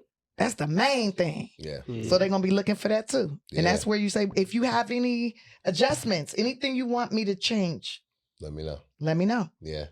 I like that little piece because it puts it on them to participate in the casting. Even when you do a pre-read and it's the assistant. When I went to do Girls Trip, I had to read with the assistant's assistant, an intern, pre-read.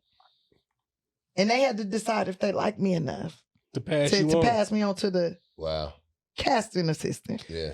People don't know that. That's how they do, yes. People don't know that part. People don't know, intern. like, if it's a tape or even if you're in the room, a lot of times the casting director is not in there. That's why you got the call back, the call back, the call back, all them callbacks. And will you show up? Yeah. And will you deliver every single time? Wow. Because the more callbacks you get, it could either go one or two ways. The more nervous you get, because it's just like, when you start getting them second, third callbacks, now you really realize that, I can really get the role. In the running. Like, I'm really in the running. In the running, yeah. The first audition, you like, I'm going to do good. But when you get them callbacks, you're like, oh, shit, I'm on a veil. Okay. But, like, now you really either more nervous, you know what I mean? Because you really understand, like, this could be life-changing. Like, I'm really close. Or you that much more confident because you like, I done did it 4 or 5 times. They really fucking with me. So just let me just, you know what I mean? Or don't even think of none of those things and go, I'm just going to go in here and have a good time. That part too. Just have fun because you know that your product is good. Yeah. Called you into work again. I'm going to share with some new people in here. Okay, cool. Yeah. Here it is. Yeah. All right. More and more. Like going on Bye, stage. guys. Like, if when you come off desperate like you need it, they don't want you. Yeah. Man. Because you'll probably be the problem on set. Yeah. I need to be. I need I this. don't even want no desperate man. You know what I'm saying? Super desperate. It's the I same don't want you. relationships out. Nobody wants a man that wants you too much. It's gonna be a problem getting rid of you. You probably gonna be sleeping in the parking lot. I know from experience. I can't remember who said it, but they was You ever like, crash a set? They tried to come in for audition. I was already crash doing sets the last call. It was Still like, do that. fucking, what'd you get the role? Because he just, Oh, like, yeah. it was like What too is hot. that? It was like, I don't know what actor said it, but he said they would call him for like a final act out, but he said, I can't, I'm doing a final for this. They was like, well, fuck it, we'll just give you the role then, because they saw how wanted he was by somebody else. Yeah. They were just like, come on, we'll give it to Screen you. test, this is our last screen test for you, final audition screen test. If you say, oh, wait, I'm doing a screen test for somebody, can we do next week? Yeah, they like, wow. Because I got to go do some shows in between there. You want to do this time? Like, I'm available this day. And they're like, oh, shit, just let's give it to them. Yeah, fuck That's it. That don't have to crazy. be Because when multiple people want you, They know. Now they really want you too. because they That's what I'm know gonna there's do. something behind that. Yeah. Wow. You got to use that like when you're on the road. Hey, I got a a show I'm about to do. Madison So- Square something Garden keep like- calling me. I don't know what I'm. Shit. That's Wait, so crazy. time Do out. something. So I mean, I'm gonna jump real quick because of something you said when you was talking about desperate men. So what's going on with you now? Why? None of your business. Where we at? Why you trying to be in my bed? Listen. Because first of all, you come here, you dress in all black, you look nice, you know what I mean? You didn't come from a funeral. I mean, what's going on? Where'd you say you came from? Of success and abundance. I was like, she might be going to Okay. dinner. So Dinner after you know, this or something. I mean, you got a dinner date after. I gotta go to bed after. Man, she hit me. I was We're honored. like, We're honored. I'm gonna go to bed.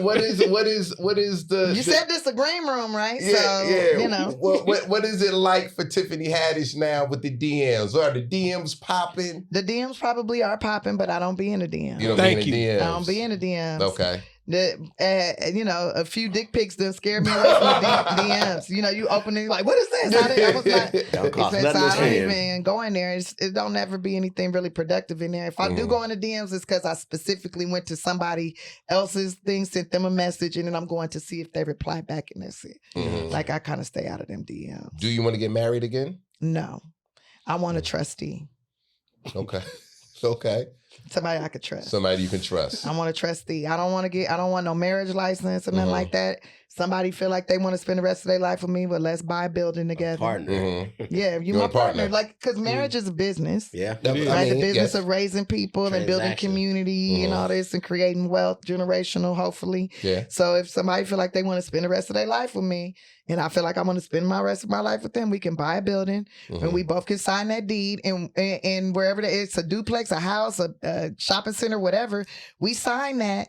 Like over 50 to 80 times you sign deeds, right? When you sign a deed, you sign your name multiple times. When you sign a marriage license, you only sign like twice. Yeah. Once or twice. That's it. I forgot. No, we signed this land deed. Now we both landlords. Now we have You want to something get pregnant with business.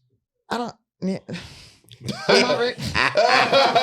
You'd rather give it. You She's a mother of several. I'm already pregnant with them. Quintuplets. Not talking about with somebody. With somebody. I want to be someone's partner. I'm already pregnant with you. What are you talking about? It's that analogy. Did you not hear me Goose, say being Mother Goose. fruitful early? Did you not hear me say that I was fruitful?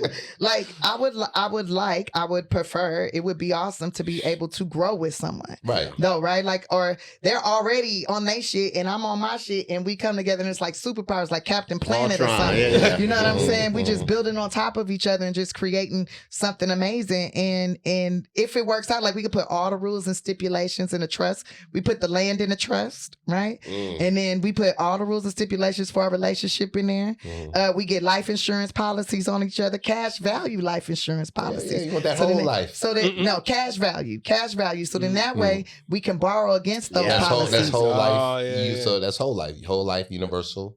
That's the cash. You get the cash value for that. Don't get a term policy. No, like it's actively you use it for cash. You can invest it. It's like a bank. While you still We paying use it to like a bank account. Yeah, we use it like it's almost liquid. Yeah. You know, I sold insurance. I used to sell it too. So you know what insurance. That's why you didn't call me back I today. feel like if every black man had life insurance, We wouldn't knew get more killed. about it. you would not get killed by the police at all, because the They don't insurance check. companies would The come down insurance on the companies would police. reach out. The They don't insurance check. Brother to companies brother. would tax them police I have a whole officers. bit about that. They Yeah, would. but everybody needs to be talking about that. Like That's- that needs to be like, that's a it's good just point. an automatic. Just like a nigga got Jordans, like every nigga got Jordans, they should have a life insurance policy. I would think that bit when I posted that bit on social media, and I would have thought it would have got a lot more shares. But niggas don't. It's niche. Niggas don't. Because they don't think nobody they'll ever talk know. about It it. don't apply to so many They don't people. think. I feel Niggas like, like, if you nah, got, these I niggas feel like don't- if you got one baby on the ground, 2 babies, 5 babies, whatever, any baby on the ground alive, you should have a life something to insurance lose. policy. Yeah. And You my should son, have one. I got one on my son has Yeah, one. your son My should son's have one. But, 25. Yeah, everybody. but Yeah. you should have one, because if Of you course I got go, one. Yeah. who gonna bail him out of jail? Who gonna look out for? You Leave said, them who gonna with bail him out of something. jail? I got you. I'm just saying. It's a real. Your kids going to jail. Anyways, No, My son just they got gotta his get here master's. first. they gotta I- Fox ain't having no kids. I got one question. I don't think so. I don't think so. He ain't having no Yeah, kids. You give it got a the year. snip? No. Oh, well then you could. He ain't getting no ass. Well, Right? what- He ain't getting no ass. Right? Not getting no Oh, you ass. sorry? Nigga, Fox don't got no, no- I am not He don't selling. got no hoes, man. I Fox just- don't got- I I just- just- I I don't know Green room, why, they I got don't know no why hoes. that's his thing with me. Do you get You've been horny? saying that ever since Fox we was don't in get no Atlanta. ass. He He's don't like, got no I hoes. was, this nigga, we was in Atlanta and we Nigga had this negative try, ass. we had That's the try good. room, and this nigga he said, Fox, why you want to get the big room? You ain't got no house. I'm like, what the fuck you talking about? Nigga, then none of us have nobody that we. I didn't have any. Of course you didn't, I because didn't you're have spoken for. You've been spoken for the last 10 years. Yes, not 10. I'm trying to help you out. Oh, nigga. okay, yo, good man. Well, I don't think at this age. Look at Tim, If how I he do, looking at- We can pivot. no, We I'm can just pivot. saying at this age, if I do, I'm gonna be an old dad. That's all I'm gonna say. I'm gonna be an Do you old. get horny? Nigga, every Fox get angry. He get every angry morning, before I'm like, he- yep, I can still do it. Okay. I'll shoot your club up. I just read this article. I watched a YouTube video about when you horny. If you don't, that's the time to manifest. That's the time to create. That's the time to like start thinking about what it is you want That makes out of sense. life, right? Like, and because when you're horny, that's your creative energy. I'll be right back. Right, No. so like, and it is some people call it sex magic or whatever. I just call it direct communication with God personally, because that's, I think, when they say a husband and a wife come together, a man and woman come together, and then you be like, oh God, God is there too, right? God is in the mix too, so that's, you could create a baby together. Well, instead of that, let's make some wishes. Let's manifest. It works something. better for women. What are you talking about? No, it worked. No. I mean, we got so much magic that we. That's where the $40 term came from. Be like, God dang, you need fuck. Here, I got it. You know what I mean? 'Cause y'all know the right time to ask to manifest. It depends who you trying to get it from. With your manifestations, if you trying to manifest from another man, trying to get something from a man, that's the best time. Because a man gonna be like, whatever you want, baby. You know what I mean? In that heat of the moment. No, because, so around the time I was auditioning for Girls Trip, right? So I had a dude I was messing with or whatever. And I had told him, like, okay, before you come, make a wish, right? You can say it out loud or you can keep it in your heart. I would suggest keep it in your heart because the devil can hear too. And my grandma always say the devil give out blessings too. And the devil can't read your heart. He can't read your mind, but he see your actions. He see how you move and he hear what you say and he start throwing roadblocks in your way, right? Yeah. So I'll keep your wishes inside. So keep your wish inside, or you could whisper it in my ear or whatever when you come, right? Yeah. And then I'm gonna make my wish. I'm gonna make my wish. Okay. Okay. I'm gonna make my wish. And I'm gonna whisper it. I might yell it out. I don't care if the devil here. I don't care who here. Like, Right. Because I feel like my wish gonna be good. So so then we was doing it, and I wished for I was like, and it was a good one. It was a good one because I had been holding it for a minute. I've been holding it. It was a good one. I was like, $100 million movie. I'm in a movie with Jada Pinkett and Jada Alec. Yes. And he's like, oh, okay, that's what we doing. That's what we doing. Did he say his wish? That's what we doing. What was his wish? He said his wish was to start directing. Okay. And he directed some stuff. Okay. James Cameron, but James Cameron. he turned out all right. He was hilarious. Avatar. He ended up directing. I got one. Okay. I know we got to run out of time. So I have one more thing I want to say. There was a question, but I'm going to say the thing first. First thing is when you mentioned Laugh Factory earlier, or I mentioned it. I think it's dope that you go there and still do the holiday jokes. Like, I think that's just dope that people come and they excited to see. Because I volunteer a lot there, and they always talk about, is Tiffany going to be there? Like, they ask when I'm like passing out stuff, and I'm like, oh, dang, she going to be here? Like, I didn't know you was coming. I've been going there since 99. I know, so I thought that, like, that's so dope that she 98. still pulls up. But my final question is, through your career, you've had the tenure you've had, what has Tiffany Haddish not done that you want to do? Okay, all the things I want to do, people say I'm crazy for wanting to do it. But I want this grocery store open. I want to be a first AD. I want to run a movie studio that tells our stories. I want to create more jobs. Like, I would like to be able to say that I created 1,000 plus jobs like every year, like at least 1,000 jobs every year. I would like to say that I was able to do that. I would like to play FloJo. You are. That role's already. I'm from St. Louis. They hit home. I would love to just really create something, like get on Broadway and like live out that little dream. That's for the little girl in me, the 14-year-old, 15-year-old, and all the dang drama festivals and stuff. To be able to be on Broadway, which I've done like little bit parts here and there, but like to really do a Broadway run, like that would be great. And to create like my cartoons that I have that play in my mind that I know help me heal, because I still hurt a lot. I got a lot of things, like I've been through a lot of trauma, and I release it, but I don't forget that. Like it comes up. You hear a song, you hear a thing, like it comes up, and I would love to be able to teach others how to handle those traumas, like, or share how I handle my traumas, and maybe that'll help somebody handle theirs better. I love how you when you answer, when you talk and when you answer some of your questions, just the emotions and the passion behind it.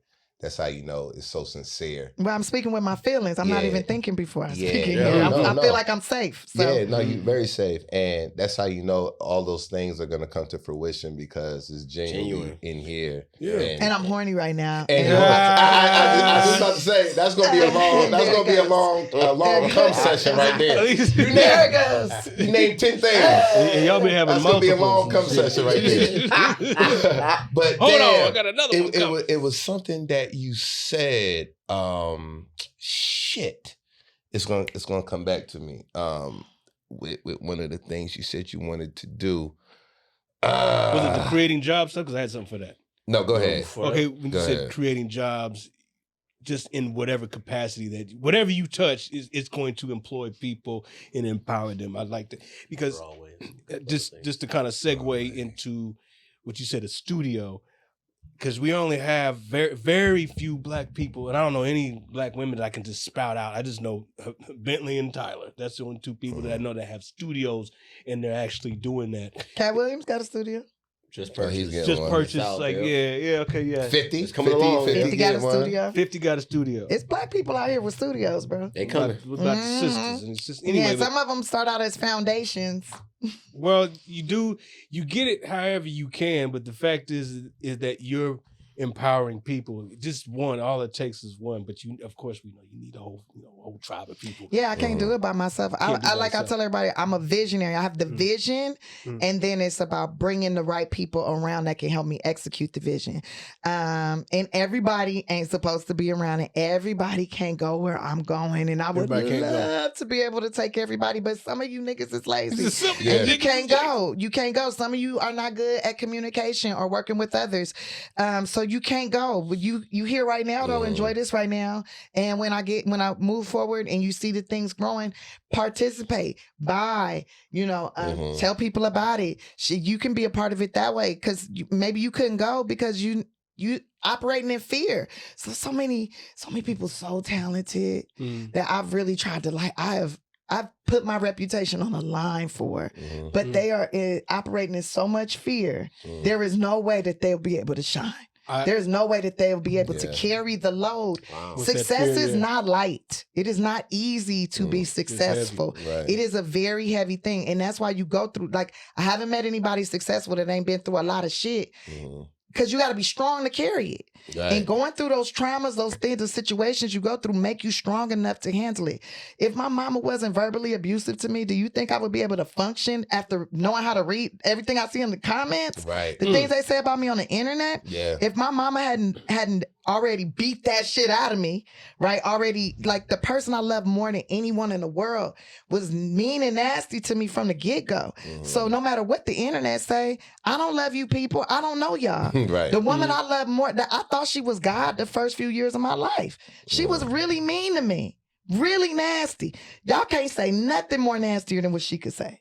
Y'all can say I'm not funny, not talented, she's ugly, whatever you want to say. She loud, doesn't matter. Somebody out there like my ugly, loud, untalented, unfunny ass, but I am talented and funny. I've been getting awards, so I'm doing okay. Right. So it's just it doesn't matter. Everybody can't go, but I am so excited about where I am going. And when we all the people that can go, the people that are ready, the people that want to thrive, that want to put in the work, we all gonna eat so good. Yes. Right, and we gonna create generations and generations and generations of wealth. Yeah. Even if I have to do all the shit in Australia, because there ain't no black people in Australia, y'all. We should go to Australia. We dominate in Australia. Yo, let me tell you, I didn't think it was no niggas in Thailand until I went there. I was like, oh, y'all niggas doing that? No, they in Thailand. It's cheaper in Thailand. Were they biracial? Or they just over there. Nah, they over there living. They living. It's so much more affordable. So cheap out there. And the way you get treated is it's different. So nice. They treat you like a human. You know what I'm saying? It's I want to look. Don't get me wrong. I love America, but it's certain rooms you step in, and certain places you go, they not treating you with the respect that you treat them with. And I just be feeling why am I giving y'all my money? I could come here like a lot of other foreigners do, make money and go back somewhere else where I'm appreciated, where I'm respected, where I'm given space, and where I'm not discriminated against. Right. Where I'm celebrated and not tolerated. Yeah. The Broadway show might be your one-woman show, because you have a way of telling stories that I could see that being a run. It's really compelling how you do that. So I hope you get it. Obviously, it's Broadway one way or the other. But if it's your own show, I would not be surprised, because you have a lot of stories to tell. And I do. Just the way you just briefly spoke on your mom, it was so tell us more, please. But it's that could be a show. I don't want you to tell it. I want you to. Or you could just get the audiobook, Tiffany Haddish, The Last Black Unicorn, or Tiffany Haddish, I Curse You with Joy. You'll hear all the deets. You'll get all that stuff. And it'll feel like I'm with you. Your cartoon, right? This is something that was very touching to me in a way that people probably won't understand. But the cartoon was what? Tell me the name of the cartoon. It was Gertie. Tuka and Birdie. Tuka and Birdie? Tuka and Birdie. And Birdie. Tuka and Birdie. Tuka and Birdie. Where did those names come from? Ali Wong and I did it, and the creator, Lisa, she is the one who came up with those names, Tuka and Birdie, because I was a toucan, and she was, I think, a hummingbird. So Tuka and Birdie. Okay. I didn't know that if you created that show, whatever, because I didn't create the show. Okay. No, I just produced it. Because Birdie was a nickname that my mom used to give me and my sister was Gertie and Birdie. Oh, wow. You know what I mean? Yeah. And when I heard Birdie, I was like, because my mom my mom is silly, so she would make up words with us growing up, and you know what I mean. So she had fun with Gertie Birdie Stink Pot. That was like Pootie butt. Something like that. My imaginary friend was Shabbity Duba. You know what I mean? Mine was Carbolita. Carbolita? Yeah, that's my imaginary friend. Carbolita. Yeah, man. So when I heard Birdie, it just made me think back to my childhood, you know what I mean, and my mom. And to this day, we'll still use those. You know, my sister passed away. I'm sorry. But, right after Boog, actually. And she was Gertie. Oh, wow. Yeah. Wow, that's my auntie's name. Really? Yeah. Gertrude? Well, Gertie. I think that was just her middle name. Gertie, yeah. I don't know if it was Gertrude. I don't know. Usually Gertie is short for Gertrude. Well, I saw like a certificate. And I just saw her name on it, and I was like, she was Gertrude. How old was your aunt? Well, when she was in her 70s. When that was my Gertrude. roommate. Definitely Gertrude. Definitely Gertrude. I've never heard of She was your roommate? Yeah.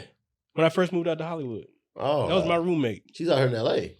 Out in L.A. over there, about 2 blocks from the Comedy Union. Right there on Redondo, South Redondo. Yeah, that was she my lived in a roommate. nice area. Nice part of with the 10, all right. Duplex, man. Well, Tiff, let us know, what you got coming up next or what you're working on, and Well, I'm currently on tour, the Funny and Fearless tour, Hey, and I love it. I've been going. Thank you guys. It's my tour, and I've been going all over the country to places I've never been before, or performing in venues that I've never been in before. And so, like this Friday, I'm doing. When is this airing? Thursday. Oh yeah, perfect. So tomorrow, this Friday, I'll be at the Wynn Encore Casino in Vegas. And then I'm going to like Lawrenceburg, Indiana, and some part of Ohio I never heard of before. Okay, and tapping into the market. I was just like, I did a Native American show in North Dakota. In North Dakota. Look, when the last time you heard about somebody performing in North Dakota? Never. And I got some shows in Eugene, Oregon. Eugene. That's active though. Okay. Eugene. College town, I think. Yeah. That sounds like one of them sarsaparilla towns. Oregon University. And like, I ain't been there. Yeah, I've been going to some very weird places. And I'm just seeing what America really is like. I was going to say, tell you all about America really right there. Yeah. See what America's like. In all my shows, I try to make sure I dress to the nines, because I'm seeing the cost of the tickets, and I just feel like people should dress the cost of the ticket. The ticket's not cheap. Yeah. So don't come in there looking like, you just left Walmart. Neighbors. Like, get dressed up. You want to date with your man, you going out with your girls or whatever, you going out with your brothers. Like, dress up nice. Dress nice, because at the beginning of each show, I'm coming out in designer, whatever. I'm going to light up the room, and I want to see what y'all wearing. Right. I want to see what the people wearing. And if you looking crazy, I'm going to say something. Yeah. And if you looking fantastic, I'm going to say something. Yeah. So just like get dressed up and like come out to have a good time. Like, my show's an experience. Yeah. There's music, there's comedy, there's some tears. It's an experience. Every person that leaves there say like, well, I'm never going to forget that shit. Yeah. I'm going to remember that. Like, it's going to be an experience. So come through. I'm doing that until, and I'm going to all these places. So go to tiffanyhaddish.com to see if I'm coming to a city near you or a whole bunch place. Anyways, and then I got like more movies in my TV show. Docu-series is coming out in November. Me and my girls, we went on a real girls trip. Nice. It's called Tiffany Haddish Goes Off, and I took them to Africa. And we went all over Africa. And that's something I've been wanting to do since I was a little girl. Like, every day while we was there, I was just trying not to be a crybaby, because I be wanting to cry, like, because I'll be really living out my dreams, like masturbating and making wishes works. So like, work with masturbating. So anytime you come, so you can. It don't got to be sex. Anytime you have an orgasm is when you supposed to, because all your chakras is open. Bad. Yeah, and that's what you say. You're supposed to take note. Like, as soon as you feeling horny, you're supposed to write down like what you want.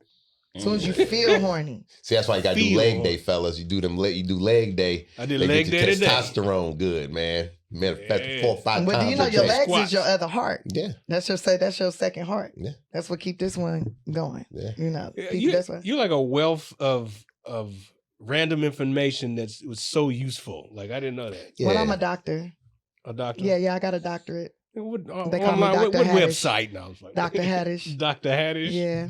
Oh, that sounds catchy. Yeah, it didn't come from a website. It came from a black-owned school. There you go. Oh, yeah? All right. Dr. Umar's. No. Oh, Not Dr. Umar. Didn't they say his school burnt down or something like that? That nigga ain't never had no school. When did it open? He never opened it. Okay, the property. He's been collecting money for it. Yeah. It's never Oh, been yeah, open. he been hustling. He a promoter. Fleecing the people. He a promoter. I don't know, I don't even want to talk about promoters based off of what happened. Oh, that's what I'm saying. What happened?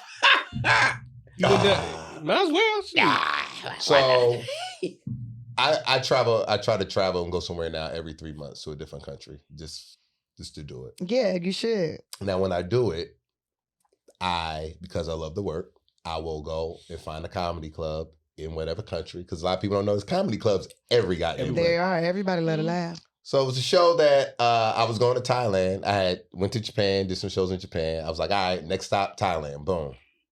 So this particular person, and I already made the post on social media, so I'm not going to say the names no more because I don't do mess. I'm not a messy person. So with me posting that, everybody knew it was. If Trey posting this shit, then it's some validity. It's some fucked up shit happened.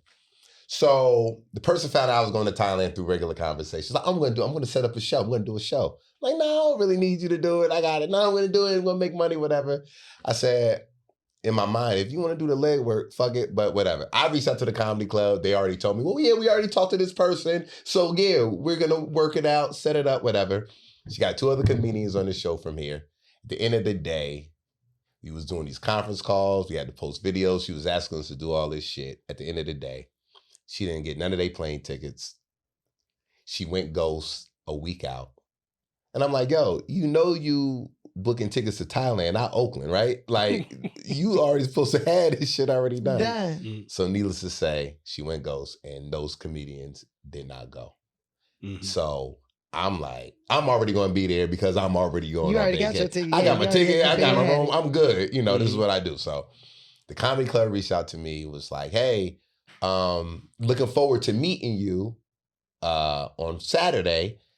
Blah, blah, blah. And I was going to get in touch with them, but they happened to reach out to me. Then I said, hey, I can't wait to meet you guys as well. Do you have a contact? I need to get in touch with you. Send me their WhatsApp number. And I said, hey, have you talked to the promoter? They said, no. And the funny thing is, I was about to ask you, have you talked to the promoter? And I said, no. And then I explained to him that what was happening in America. And he was like, he was so mad. He was like, yo, this is bullshit. I can't believe this has happened. I should have vetted her more, blah, blah, blah. And so he was like, we already sold, all the early bird tickets are sold out based off of me and the other 2 comedians that were going to be there. So he was like, I got to see what I need to do. I said, well, I'll be there. I was headlining anyway. I said, I'll be there. We can still do the show. Whatever deal you work out with them, let's just try to figure out what we can do. Because I already reached out to the 2 big black groups in Thailand already. So they were hyped. They promoting it. They like, oh shit, we got black comedy.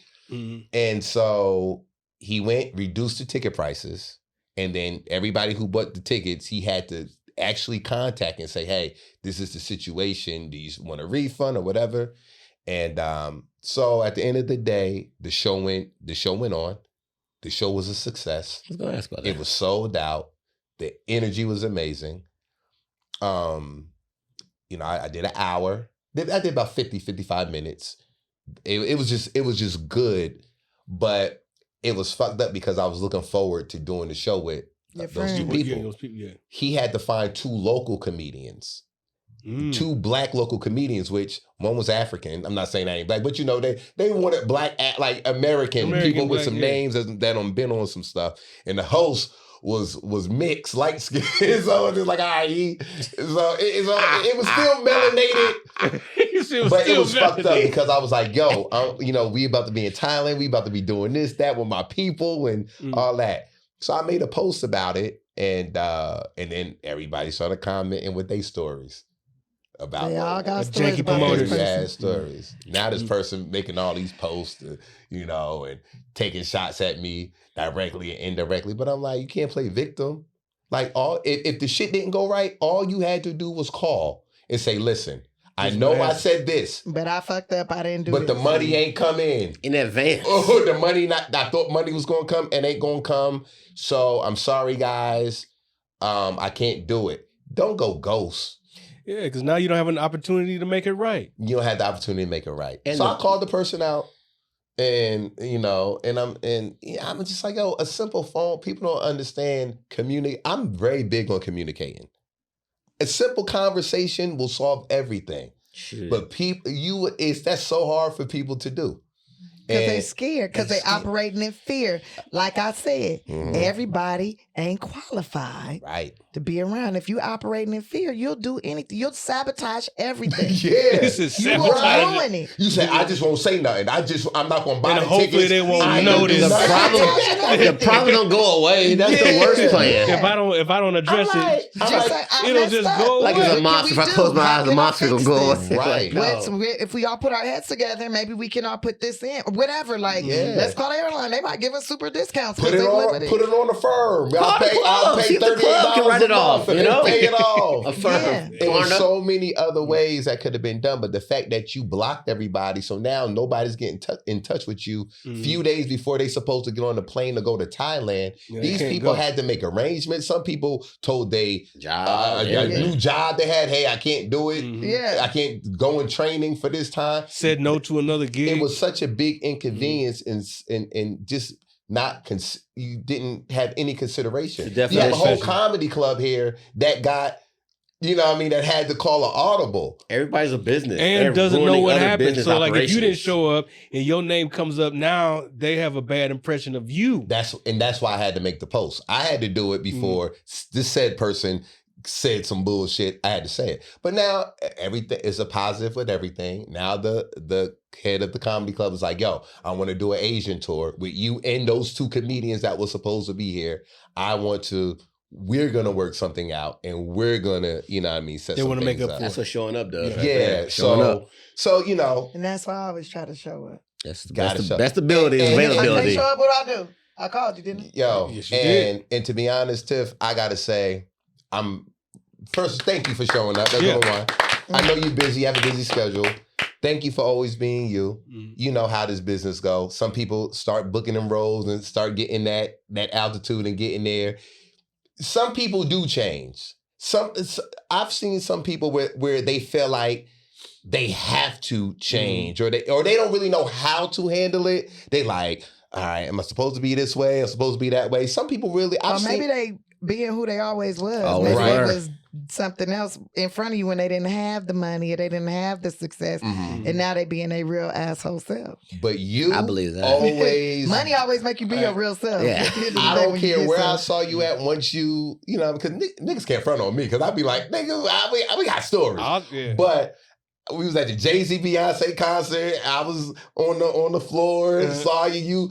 You made sure you speak. Hey Trey, you running, but hey, you was always you. And I'm always appreciative of people who can always be them, regardless of if they down here or up here. And it take a minute to learn how to do that. I'm sure. Yeah, to get comfortable in it. Yeah, I know. It's a weird thing. But especially on that fame thing, because you're like, are they gonna try to attack me? Should I be fake? And it's like, fuck it, just be yourself, because it's way easier. And then being fake, people can see that. Yeah. And just be you. And then it's so funny when people get around me, they're like, dang, you the same way that you are in the interviews and all this. You the same way all the time, huh? I'm like, yeah. That's what I get paid to be myself. You could do it too. Yeah. Yeah. I don't understand why people would think you would be like not a real person or something. Aside from there's so many fake ass bitches out here. That's why. I mean, but because they would be fake. Right. It's usually the person that say that to you. That's what they would be. Yeah, that's how they're projecting on somebody else. If I had won that $1 million, if I was your high, they thinking about what they would do with that evil. Yeah, like I wouldn't even come over here. Exactly. I can't believe you came over here. Like, I say hi to that nigga no more. No, I came over here because I own 5 houses over here. That's why I'm over here. I own the block. You on my shit. Yeah. Hello. Yeah, man. Y'all need to put my heat out. What are you doing here? Yeah.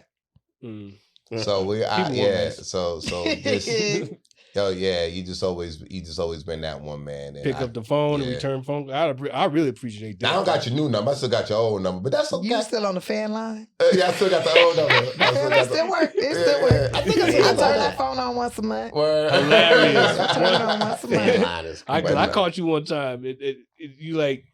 I called whatever that fan line was, and he's like, "Oh, the OG number since 2001." Yeah, that number. I said, "Oh, call me on this one." I was like, "Well, you still."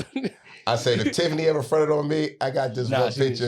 I got this one picture. We was at the Real Husbands of Hollywood season 1 rap party, and we was juiced up. Well, we've been juiced up together a lot. I know you sober now, but we done got juiced up a lot of times. Yeah, but I wasn't. Look, I'm sober now, but I wasn't no alcoholic. Yeah. Well, this is socially. We partying and having a good time. Now, a particular occasion. We was on the couch. We was on the couch. We was all like that. I was going through all my old BlackBerry. Where that goddamn picture at? If you get up front. Yep, I heard that shit. I was going through my divorce. Hilarious. I was being promiscuous. At least I'm trying to. That's what I miss. I miss being a hoe. Hilarious. You still be it. Since being famous. You can't be. Y'all talk too much. Men talk too much. That's fair. You got to find the niggas who got these niggas think I can't get hoes, and I don't say shit. Well, don't hit on me now. I'm about to say, you making a bid? That was a bid, nigga. He said, well, you looking for a nigga to be quiet. Well, I'm just saying. You talking about. I feel like, Joe, you seem like the type of person to be like, hey, man, smell my fingers. Hilarious. You smell that? Do you remember my guess from last week? I ain't watched these 2 fingers. You see how I keep in the comment like this. They can't have it. Smell it. I guess you could say I went on a girl's trip. You know who that is? I can tell you who it is, but I happened on the girl's trip. I'm like Queen Latifah. She took me to night school. No, it's Tip like Queefa. It's Tip like Queefa. Oh my God. All those. Oh my Joe God. to do that too. Yeah, you can't. Yeah, you gotta find somebody. I've seen Joe do it before. That's why I'm hilarious. That was only smell my once. finger, nigga. You won't believe who I was only all one puns. I just want to see if niggas would do it. Nah, but yeah, I think like in my 20s, I was like way more like free and more promiscuous. But also I was stupid and easily manipulated. But also I was like didn't know how to control my sexual energy. But now that I know how to use it to my advantage, then it's a You be little getting different. shit. I be getting everything I want. You get everything you want. My acting coach used to say, "Don't fuck them, okay? Never fuck them. Don't fuck them." Okay, my actor coach, he'd be like, "Girls, when you go to these parties and you see these producers, don't fuck them. They'll never hire They're not you. gonna book you, okay?" Who's your acting teacher? His name was Ivan Marcota. Ivan He Marcota, was at the school called the Van Mar Academy. I went to Van Mar Academy. Well, that's what he's the one who taught me about auditioning and all that. His name was Ivan. That was my acting coach. Ivan Mark. He was the head of the Van. He was the Van Mar Academy. I went to the Van Mar Academy. That was my acting coach. Because I'm like, that shit sound familiar as hell. Yeah. I definitely went to Van Mar Academy. I don't remember. You had Ivan Marcota. Ivan Marcota was the head of the Van Mar Academy. Then I probably this older white man, and I had him up until he passed away, like in his last whatever. And he used to be in class. That's my Miguel Nunez. That's my Sherry Shepherd. That's my Rick Dees. That's my Marissa Architect. Yeah, and and he used to play all these recordings of Sherry hitting them. I just booked the role, coach, thanks to you. And that's my TK Carter. And he was so dope. And he taught me how to audition. He was the one that was just like, when you go in that audition room, ask all those questions. Yeah, ask questions. He used to tell us how to knock. How to knock before you go into the room. The knocking technique. He was like, yo, all of this stuff. Because it controls the room. It's like controls the room. Because it's your room. Arrive. Yeah, that's what you want them to know when you step in. That's like, like when I step in the room, you saw how everybody was acting when I came up the stairs? Yeah. And it's about being different because if you seen 1,000 people or 100 people and they all walking in the room the same way, you doing something just a little bit different, or you asking those certain questions, you already stood out. And they like, you know what? His or her audition may not have been the greatest, but they got something that I feel like I can give them direction. I want to call him back. I want to see him again. Yeah. Because sometimes, the best auditioner don't get the role. Mm-hmm. It's called a pattern interrupt. They keep on saying this and this. They're still going to do this. It's like you made a different set of choices, not just necessarily with your audition, but how you came into the audition. Those little things that like energy. You look different to them. And that is a breath of fresh air. Yes. So don't fuck them, Joe. Don't fuck them. The casting Joe director? don't got to worry about that. Joe got to worry about it. Don't fuck them, Joe. I know some actors right now that fucked them. That went there. Yeah. Men and women. Men that slept with some of these female casting directors, and they ain't nothing. They still in the same position. Yeah. They was 10 years ago. Yeah. Bent over on all fours. Yeah. I don't know if they bent over. Yeah. I don't know. Hey, bro, freaky today, bro. Yeah. Come on, Diddy. Come on, Diddy. That's what you do. That's Come what on, you all do. Joe Diddy. Crazy. Tuesday, bro. Nah, we ain't ain't no. I was like saying, they say don't fuck them. But if you want, if it's somebody you want to have sex with, somebody you want to have sex with. If you want to have sex with them, have sex with. Don't have sex with them for a job, right? Because you're not gonna get the job, and it's not gonna fulfill you. You're not gonna be happy. But if you want to have sex with that person because you're just attracted to them, then do that. Okay. But don't do it for work purposes. Or it's gonna put a roof over my head or whatever. Because you will never be happy, and you're giving up. That's when you're selling your soul. That's when you're selling. That's when you're giving up a piece. Every time you lay down with somebody, you're giving a piece of your soul up. That's when you start wasting your wishes. Yeah. You know what I'm saying? That's how I be telling these niggas. Don't be trying to lay down with me. You gotta guarantee me an orgasm because I don't want to waste no wishes. Right. Okay. Every time you touch me, damn, guarantee. I guarantee. If you can't guarantee me that, don't even waste your time because you fucking with my wishes. You fucking with my process. I can do this by myself. Do it gotta be though? You give them multiple opportunities, or it gotta be on that first go round? Yeah, and you're not coming back if I don't. You see so you so fine unless I'm super duper like you so fine I'm super attractive. Maybe I was drunk or something. Or I was sleepy. Maybe I fell asleep, which I do often. Sometimes I do fall asleep during the situation because I be tired. Okay, I didn't know if it just had to be when you first start. Like it was like, on the first day, I got you round 2, or it got to be the first round. It needs to happen. Oh, okay, good. Don't put all that pressure on niggas. As long as it happen within that night. Yeah, first session. Okay. First time we hook up, if it don't happen, I might disappear on you.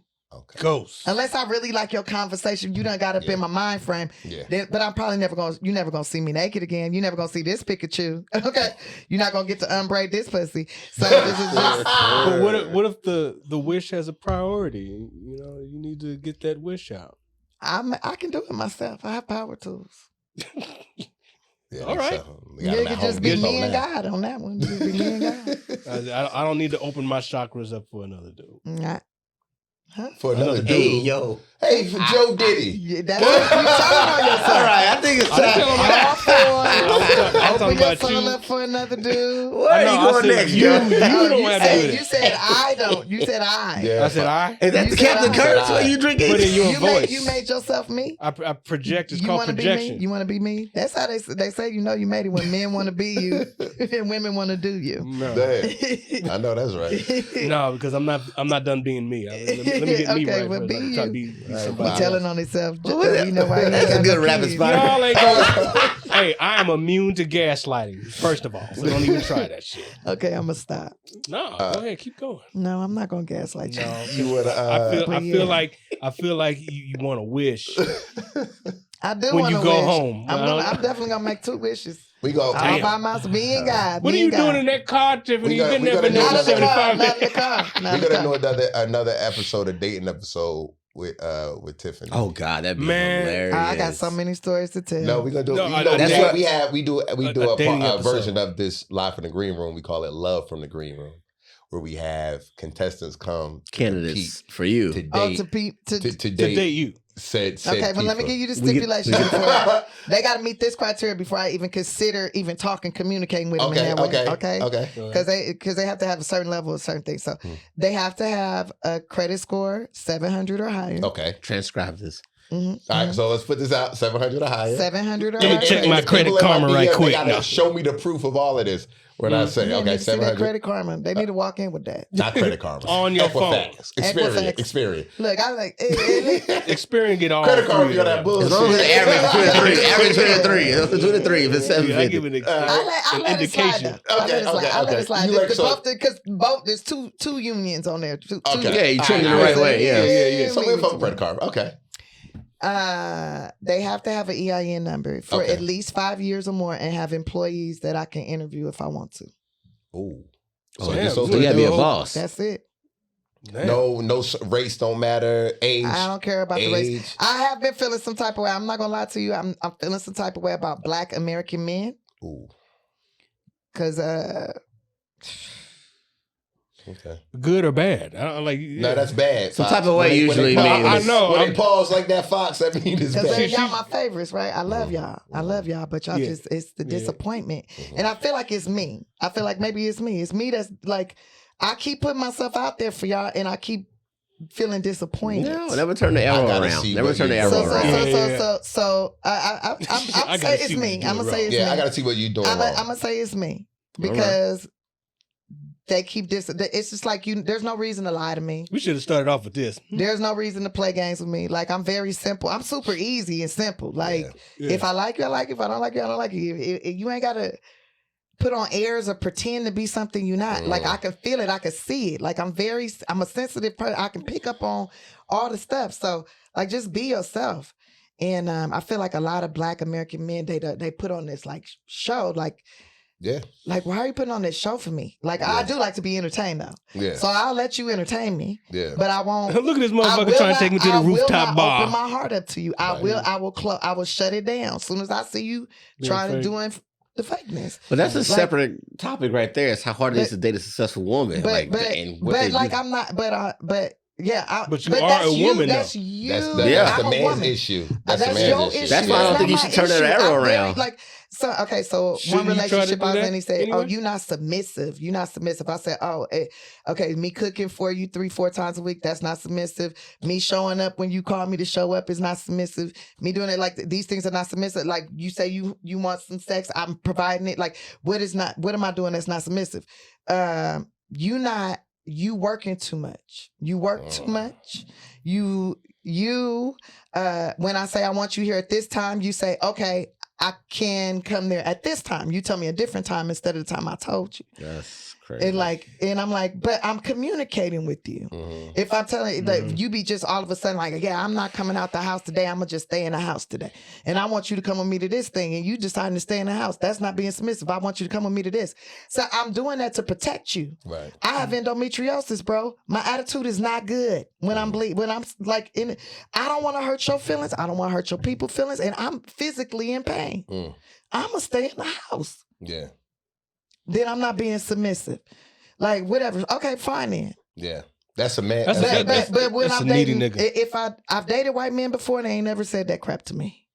And they've treated me with respect and dignity. They ain't never put their hands on me in no violent way. They ain't never like try to purpose. I ain't never seen them try to like or felt like they purposely tried to hurt me. I ain't never experienced that from no Spanish man, like trying to like destroy my spirit or make me feel like I don't qualify to do what I do. And Black men from other countries ain't never made me feel that way. But Black American men, I feel like they try to attack my spirit or try to manipulate me in some kind to be in this little box. I'm not built for little boxes. I'm a tree now.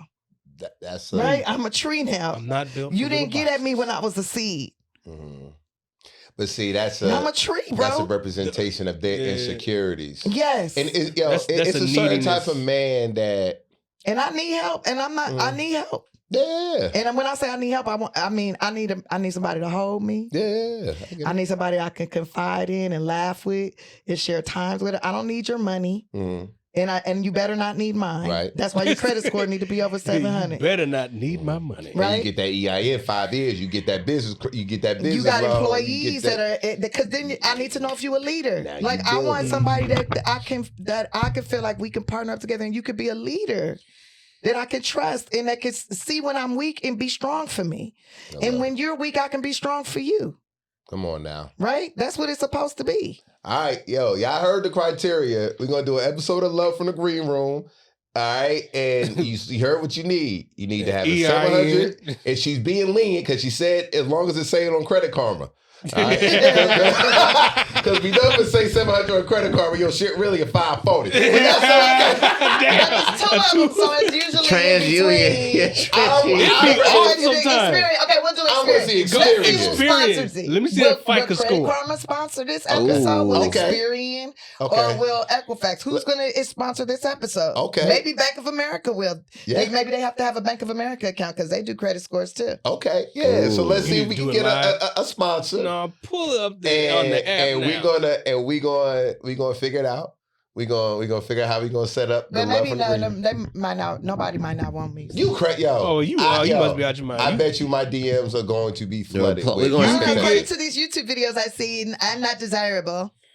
See, yes, you are. No. I know I am. Niggas be hollering. Those bots. Those are bots. These are their bots. Somebody hired that one person hired. Why do you think I came to see you years ago at the Baltimore Comedy Factory? I don't know, because you like that Rihanna Gets Revenge music. I didn't even know about it. I was just like, let me go see. Who got jokes? Where'd you see me at before that? That would be a dope I saw you episode. Who Got Jokes. I saw her. Yeah. But I'm just like, nah, she fly. Let me go check her out. You know what I mean? So that's why I did that. You notice how he did say I was funny. He just said, she's hilarious. I mean, I wouldn't went to see you if you wasn't funny. Let me go out and see a fine chick. You know it was funny. That's automatic. I left the room. That's automatic. I don't remember none of those jokes, but she was cute. You have to deal with that a lot. Like people, like, can you see it in their face? I'm just here, nigga, just look at you. I mean, you have to deal with that a lot. Or people really want to. They come to look at me. That's why I try to make sure I look nice, give them something to look at. And hopefully they open their ears and they hear what I got to say. I mean, that's a selling point, the allure of anybody famous. They're like, they're a good-looking celebrity. It's like... Yeah, but see, that's always, like the way that you're dressed now, I've seen you dressed like this on stage, like, you're presentable. I think it was at the Laugh Factory, whatever it is, but some women, female comedians, they're the exact opposite of that. Well, I used to be that. I used to dress like super down because I didn't want people to see me as, she too pretty, because I used to hear that all the time. Especially when I first started, you too pretty to do comedy. You should just go to modeling. You're too pretty to do comedy. You should just stick to acting. You're too pretty. So then I would dress kind of like a man. I used to wear that Kango, had the big shirts. Didn't appreciate that one bit. And hide my body. And then I was hanging out with Sexy Marla all the time. She'd be like, you always dressing like you a gay nigga. And she like, none of your shit match. You put on this makeup that don't make no damn sense. Like, make you put yourself together nice, Tiffany. And then I still kept dressing crazy. And then there was this lady. We did the hop in Lakewood. And this lady came up to me and she said, look, I've been in the industry a long time. I was a publicist. And I'm going to tell you, you're a pretty girl and you have a lot of potential, but you are hiding in all these ugly clothes. You have a nice body. You're not going to have this nice body forever. Dress up. These men cannot compete with your body. They can't compete with you. Like, you guys have to compete. I said, well, I don't want to compete with them. I just want to be funny. She's like, but it's a whole package. Yeah. It's a whole thing. So when you come, she said, do you ever see Patti LaBelle go on stage looking like a man? Looking crazy? Yeah. Looking like she don't, like, just whatever? Like she poor? No. Do you ever see Diana Ross? She was calling out all these old people, and I was just like, well, it is 2004. Missy Elliott might be hilarious. Early. Like it is, this is a different time period. I said, I'm dressing the way that we dress for the times. And she said, but it's not attractive. You're a sexy person. She said the things that you're talking about could be even more, you could amplify it even more if you dressed more attractive. You're a pretty girl, dressed like a pretty girl. Yeah. That's real. And then I was like, okay, I'm going to try it. So then I went like the next day on stage at the Laugh Factory and wore some skinny jeans and some heels and a cute little top with my stomach showing. And I still wore the hat, but then I wore pretty earrings. I put on some lipstick and a little shadow and a gang of mascara. And my jokes, same jokes I did the night before, but they hit way different. They was laughing. And it was like appearances. That's how I saw you. My first time I saw you, I was like, she had some tight jeans, like fitted jeans. I was like, man, she's funny, but she had a dressed like a star, look. man. I was look. Yeah, and I was uncomfortable as hell though. You said that. My feet was hurting, but this is like I'm presenting as a pretty girl but I am a pretty girl. That makes right. sense. I'm a beautiful girl, and I funny pretty girl. Have to thank you, and I shouldn't have to hide that because I'm in a room full of men. Nah, and like, just doing your art, like I can't accept your art because I'm titillated in your presence. That just doesn't make sense to me. But that's what they used to tell me. Like, but the things I used to hear coming up, like it was bananas. I just sit back and think like, dang, if people talking about some sexual harassment now, like, dude, I don't even know. Like, I've known so many female comics that was 1,000 times funnier than me, 1,000 times funnier than I am, thousands of times funnier. But then some comic would get in there, get in their head, and then they would sleep with them, and then it was like they would siphon off they funny, take all their jokes or something. I hate those guys. But and then the girl quits, or like they break their heart, and the girl quits. So he's like, I'm funnier than you. You'll never be on my level. Which men do. That's like just shooting the shit. That's how they play with you. But for a woman, it's like, you feel that way about me, really? And then they kind of just slowly fade away. When that girl was 1,000 times more talented than him, right? It's like, I don't know. That's something like, I don't fuck no comics unless it's somebody I wants to fuck, and they already more successful than me. And the EIN. But yeah, I just implemented that shit like 4 years ago. Hilarious. Yeah, the EIN and Social Security number. I backslid like 3 years ago. That was my shit. I backslid. Yeah, that nigga tried to move in the house. You can't come in here. And he was mad because I wouldn't let him in the master bedroom. Oh wow. Only in the guest room. Oh, you always letting them smash in the guest bedroom. Only in the guest feature room. You know what? I got too much pride for that. I'm gonna be like, you know what? Fuck it. We ain't doing it there. If I can't go into the main master bedroom, we ain't doing Let me tell you something. I have not slept with nobody in my master bedroom since 2018. No, since 2017. When that girl should come out, 2017. Since 2017, I have not slept with anybody in the master bedroom. I gotta get the queen. I gotta get the queen size bed. I gotta get the queen. Full size bed. Full size in the guest bedroom. God damn. The other house is a queen size. See, that's a test. That's how you can tell if a dude got some pride in it with himself. Because I bet you if he like, yo, can't go in the master bedroom, we could do it here. If he's like, well, fuck it, like we ain't doing it there. I'm a master bedroom nigga. What I prefer is he goes, well, let's cut in my house. Let's cut in my house. Now, how would you feel if he was like, you can't come in my master bedroom? I'd be like, okay. You good with the twin size? I'm cool with it. The fact that he got a guest room is, I'm proud speaking of value. It speaks volumes. If he try to fuck me in his kid's room. Damn. The race car bed. They with their mama this weekend. I don't give a damn. That's, okay. All right. Get a hotel or I'm out. Okay. Get a hotel or I'm out. No comfort in either. No comfort. People gonna start doing that. I ain't letting you in my master bedroom. No, real talk. No, like you giving all these men like owner of the house privileges when they're not doing no owner of the house stuff. I feel you. You're not even my leader. Why would I let you be in my master bedroom? Or the master bedroom's not even the proper term anymore. Primary. Right? The primary room. You want to be my primary man? You trying to be my primary man? You can't come in the I'll go in there and start hanging some shit up. I'll be like, look, let me put this little dresser together. You better pay this mortgage. I don't even have a mortgage no more. So you gonna pay the insurance? Property taxes. You gonna pay the property tax and the homeowner's insurance? You in LA County? You in LA County? Yeah, I'm in LA County. Look, I'm only gonna be here 30 minutes. Well, then that's why you can be in the guest room then. That's fine. Fuck it. Then on the couch. That's what I said. That's what I said. Let me pull out the couch bed. The couch bed. Pull out the couch bed for you. The futon on this motherfucker. That was crazy. Man, I'll be there if I sleep on the couch bed in the master bed. I would hope that a man would want to make master bedroom or primary bedroom privileges, and be the primary man and be in the primary bedroom. That's a different way of thinking. Like fellas, you know what you got to do. Make sure you are primary bedroom nigga with an EIN. At 700 on experience. Primary credit score. With the primary boss. With 4 employees. Because think about it, like, why would I let you inside my body when you can't even buy a house? The bank won't even give you a loan to buy a house, so why am I going to loan you the bank won't even let you in. And you know you need more than the 700 to buy a damn house. You got to have other... No, depending on where you at in the world. No, when I bought my house, my credit score was 675 when I bought my house. But you had... And I put down $9,000. That's it? That's first time home. First time home buyer. First time home. Yeah, and then the next time I bought a house, and my credit score, because they had got a little dinged or whatever, because I got some few extra credit cards, whatever.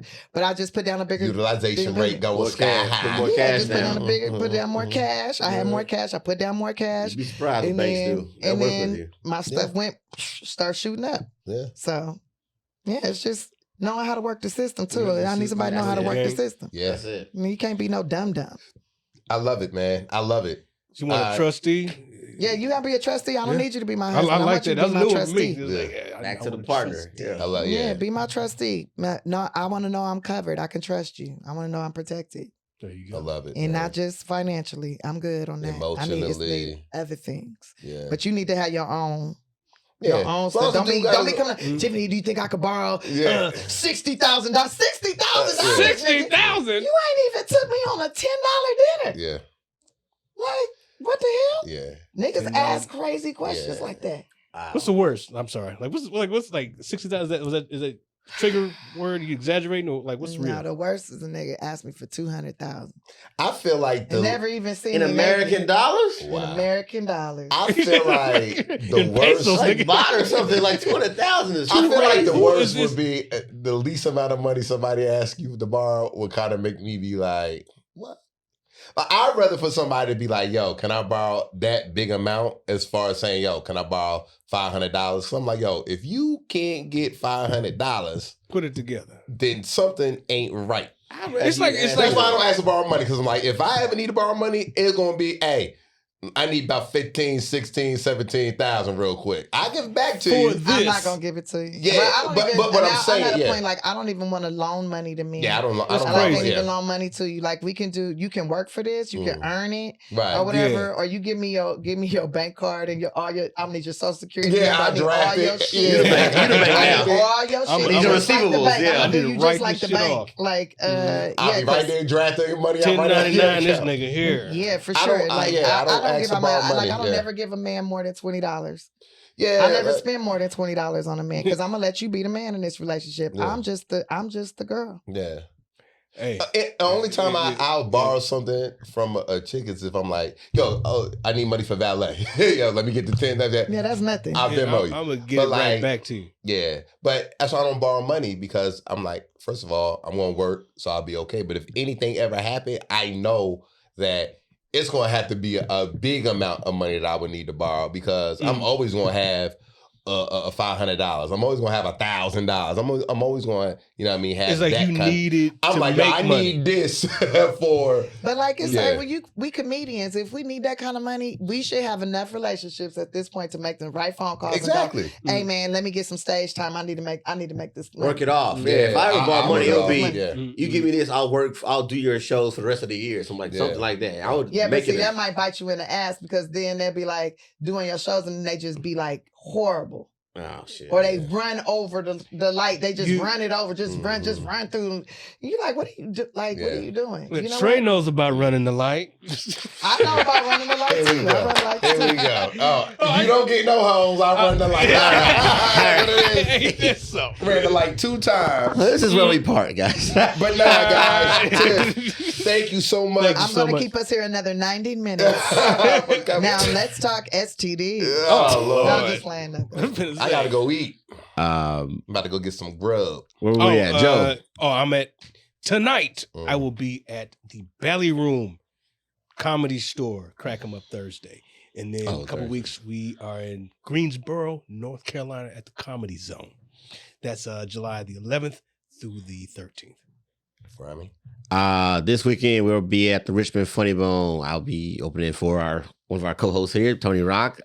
Next weekend. After that, I'll be, some shows at the Laugh Factory, I think. A couple shows at Chocolate Sundays. Then we're doing something on a weekday. In Austin next month. Mothership.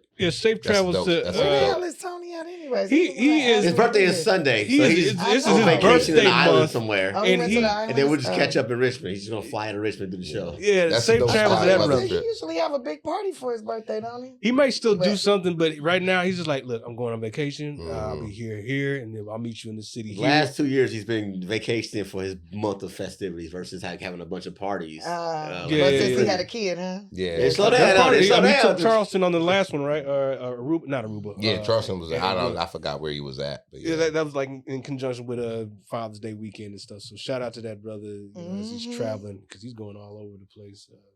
Happy birthday! I'm sure by the time you see this, you'll probably happy birthday. We got another episode before his birthday. I love you, and you the best, and you always keep me safe. I think so. That's why I ride or die for you, the 30th. Tony Rock. Oh well, yeah, man, happy birthday, Tony. on the GL Metro and you had to follow me home. Yeah, it's Monday. Because my car wasn't shit. Remember the other time when the dude tried to fight me and you... Never mind. Oh, that's a whole nother episode. Yeah. But happy I birthday would like to do you, a show called Tony. Remember the Time. That's a good idea. Happy birthday, Tony Rock. Yeah. Catch me at the Denver Improv this weekend. Myself, Daphne Springs. And then Sunday the 29th, I'll be at Ontario Improv with Gary G. Thing Johnson. Happy birthday to you too. So I'll be doing that. And in July, I got some other shit, but we back on here. We working. We staying booked. We manifesting and we masturbating and we doing all of this shit in that order. In that order. Well, this ain't gonna be monetized. I got some work to do tonight, apparently. Make your dreams come true. Don't waste that seed. Don't waste that seed. Don't waste that horny energy. Right. Let me shout out to the subscriber count. We grown. We had a lot of growth in the last couple of weeks. The Joe effect. Boom. 5589. That's pretty good. All right. Almost 55. And shout out to all the subscribers. Make sure you forward this, like this, and we'll be back. 55,000? No, 5,000. 5.5. We're 5.5. Oh, 5. But after this episode, forget about it. No, it's just gonna be like 200. That's like 200 or 300 off slow this bill. Like 5 or 2. Yeah. Talking decimals. I'm not that popular, guys. Talking decimals. I keep telling you, I'm not legend yet. We love you. We're gonna clip that human chakra part and we'll see what we can get out of that. Did you just flick at my clitoris? Joe been on one all episodes. She gonna make a wish in the car. Joe nicknamed this whole episode. I don't do stuff like that in the car. Joe gonna be on a date Tiffany Haddish episode. I don't do things in the car no more. Joe Diddy all episodes. Joe about to get an EIN number and get 5 employees. Joe Diddy. Nah. All right, y'all. We out of here, man. Thank you, everybody. Thank you, Tiffany. We love you. Live from the Green Room. Like, subscribe, and share. And we are out. See you next time. Don't forget Trent at the end of the episode. Oh, yeah. Trent, Freestyle, coming up next. Got a lot on my plate now. The bread, the butter, the beef now. Let me break down. I knew people would be salty, but I hate how only greens in their eyes. They hide with a fake smile and act like they happy to fool with you, dude. We ain't actually cool. Now I'm asking like, who sent you? Said we about to blow up, but happy to shoot missiles. Apologize too. Then go back in the booth, diss you. Talk to me right like a pack of some new pencils. Moves that'll make you ask if the dude's mental. They smell the fresh food and it's adding some new issues, but that fork in the roll was a plastic utensil. My dirty place need cleaning, I'm feeling grimy. Just now hearing the words they said behind me. I peeped how you moved, didn't say none. I promise y'all I'm the dude who just plays dumb. You're playing smart and you're bad at it too. I'm on point like a dart, you got a bad attitude. Dude, who is you? They ain't even actors and they acting out. At least I got a couple new problems I can rap about.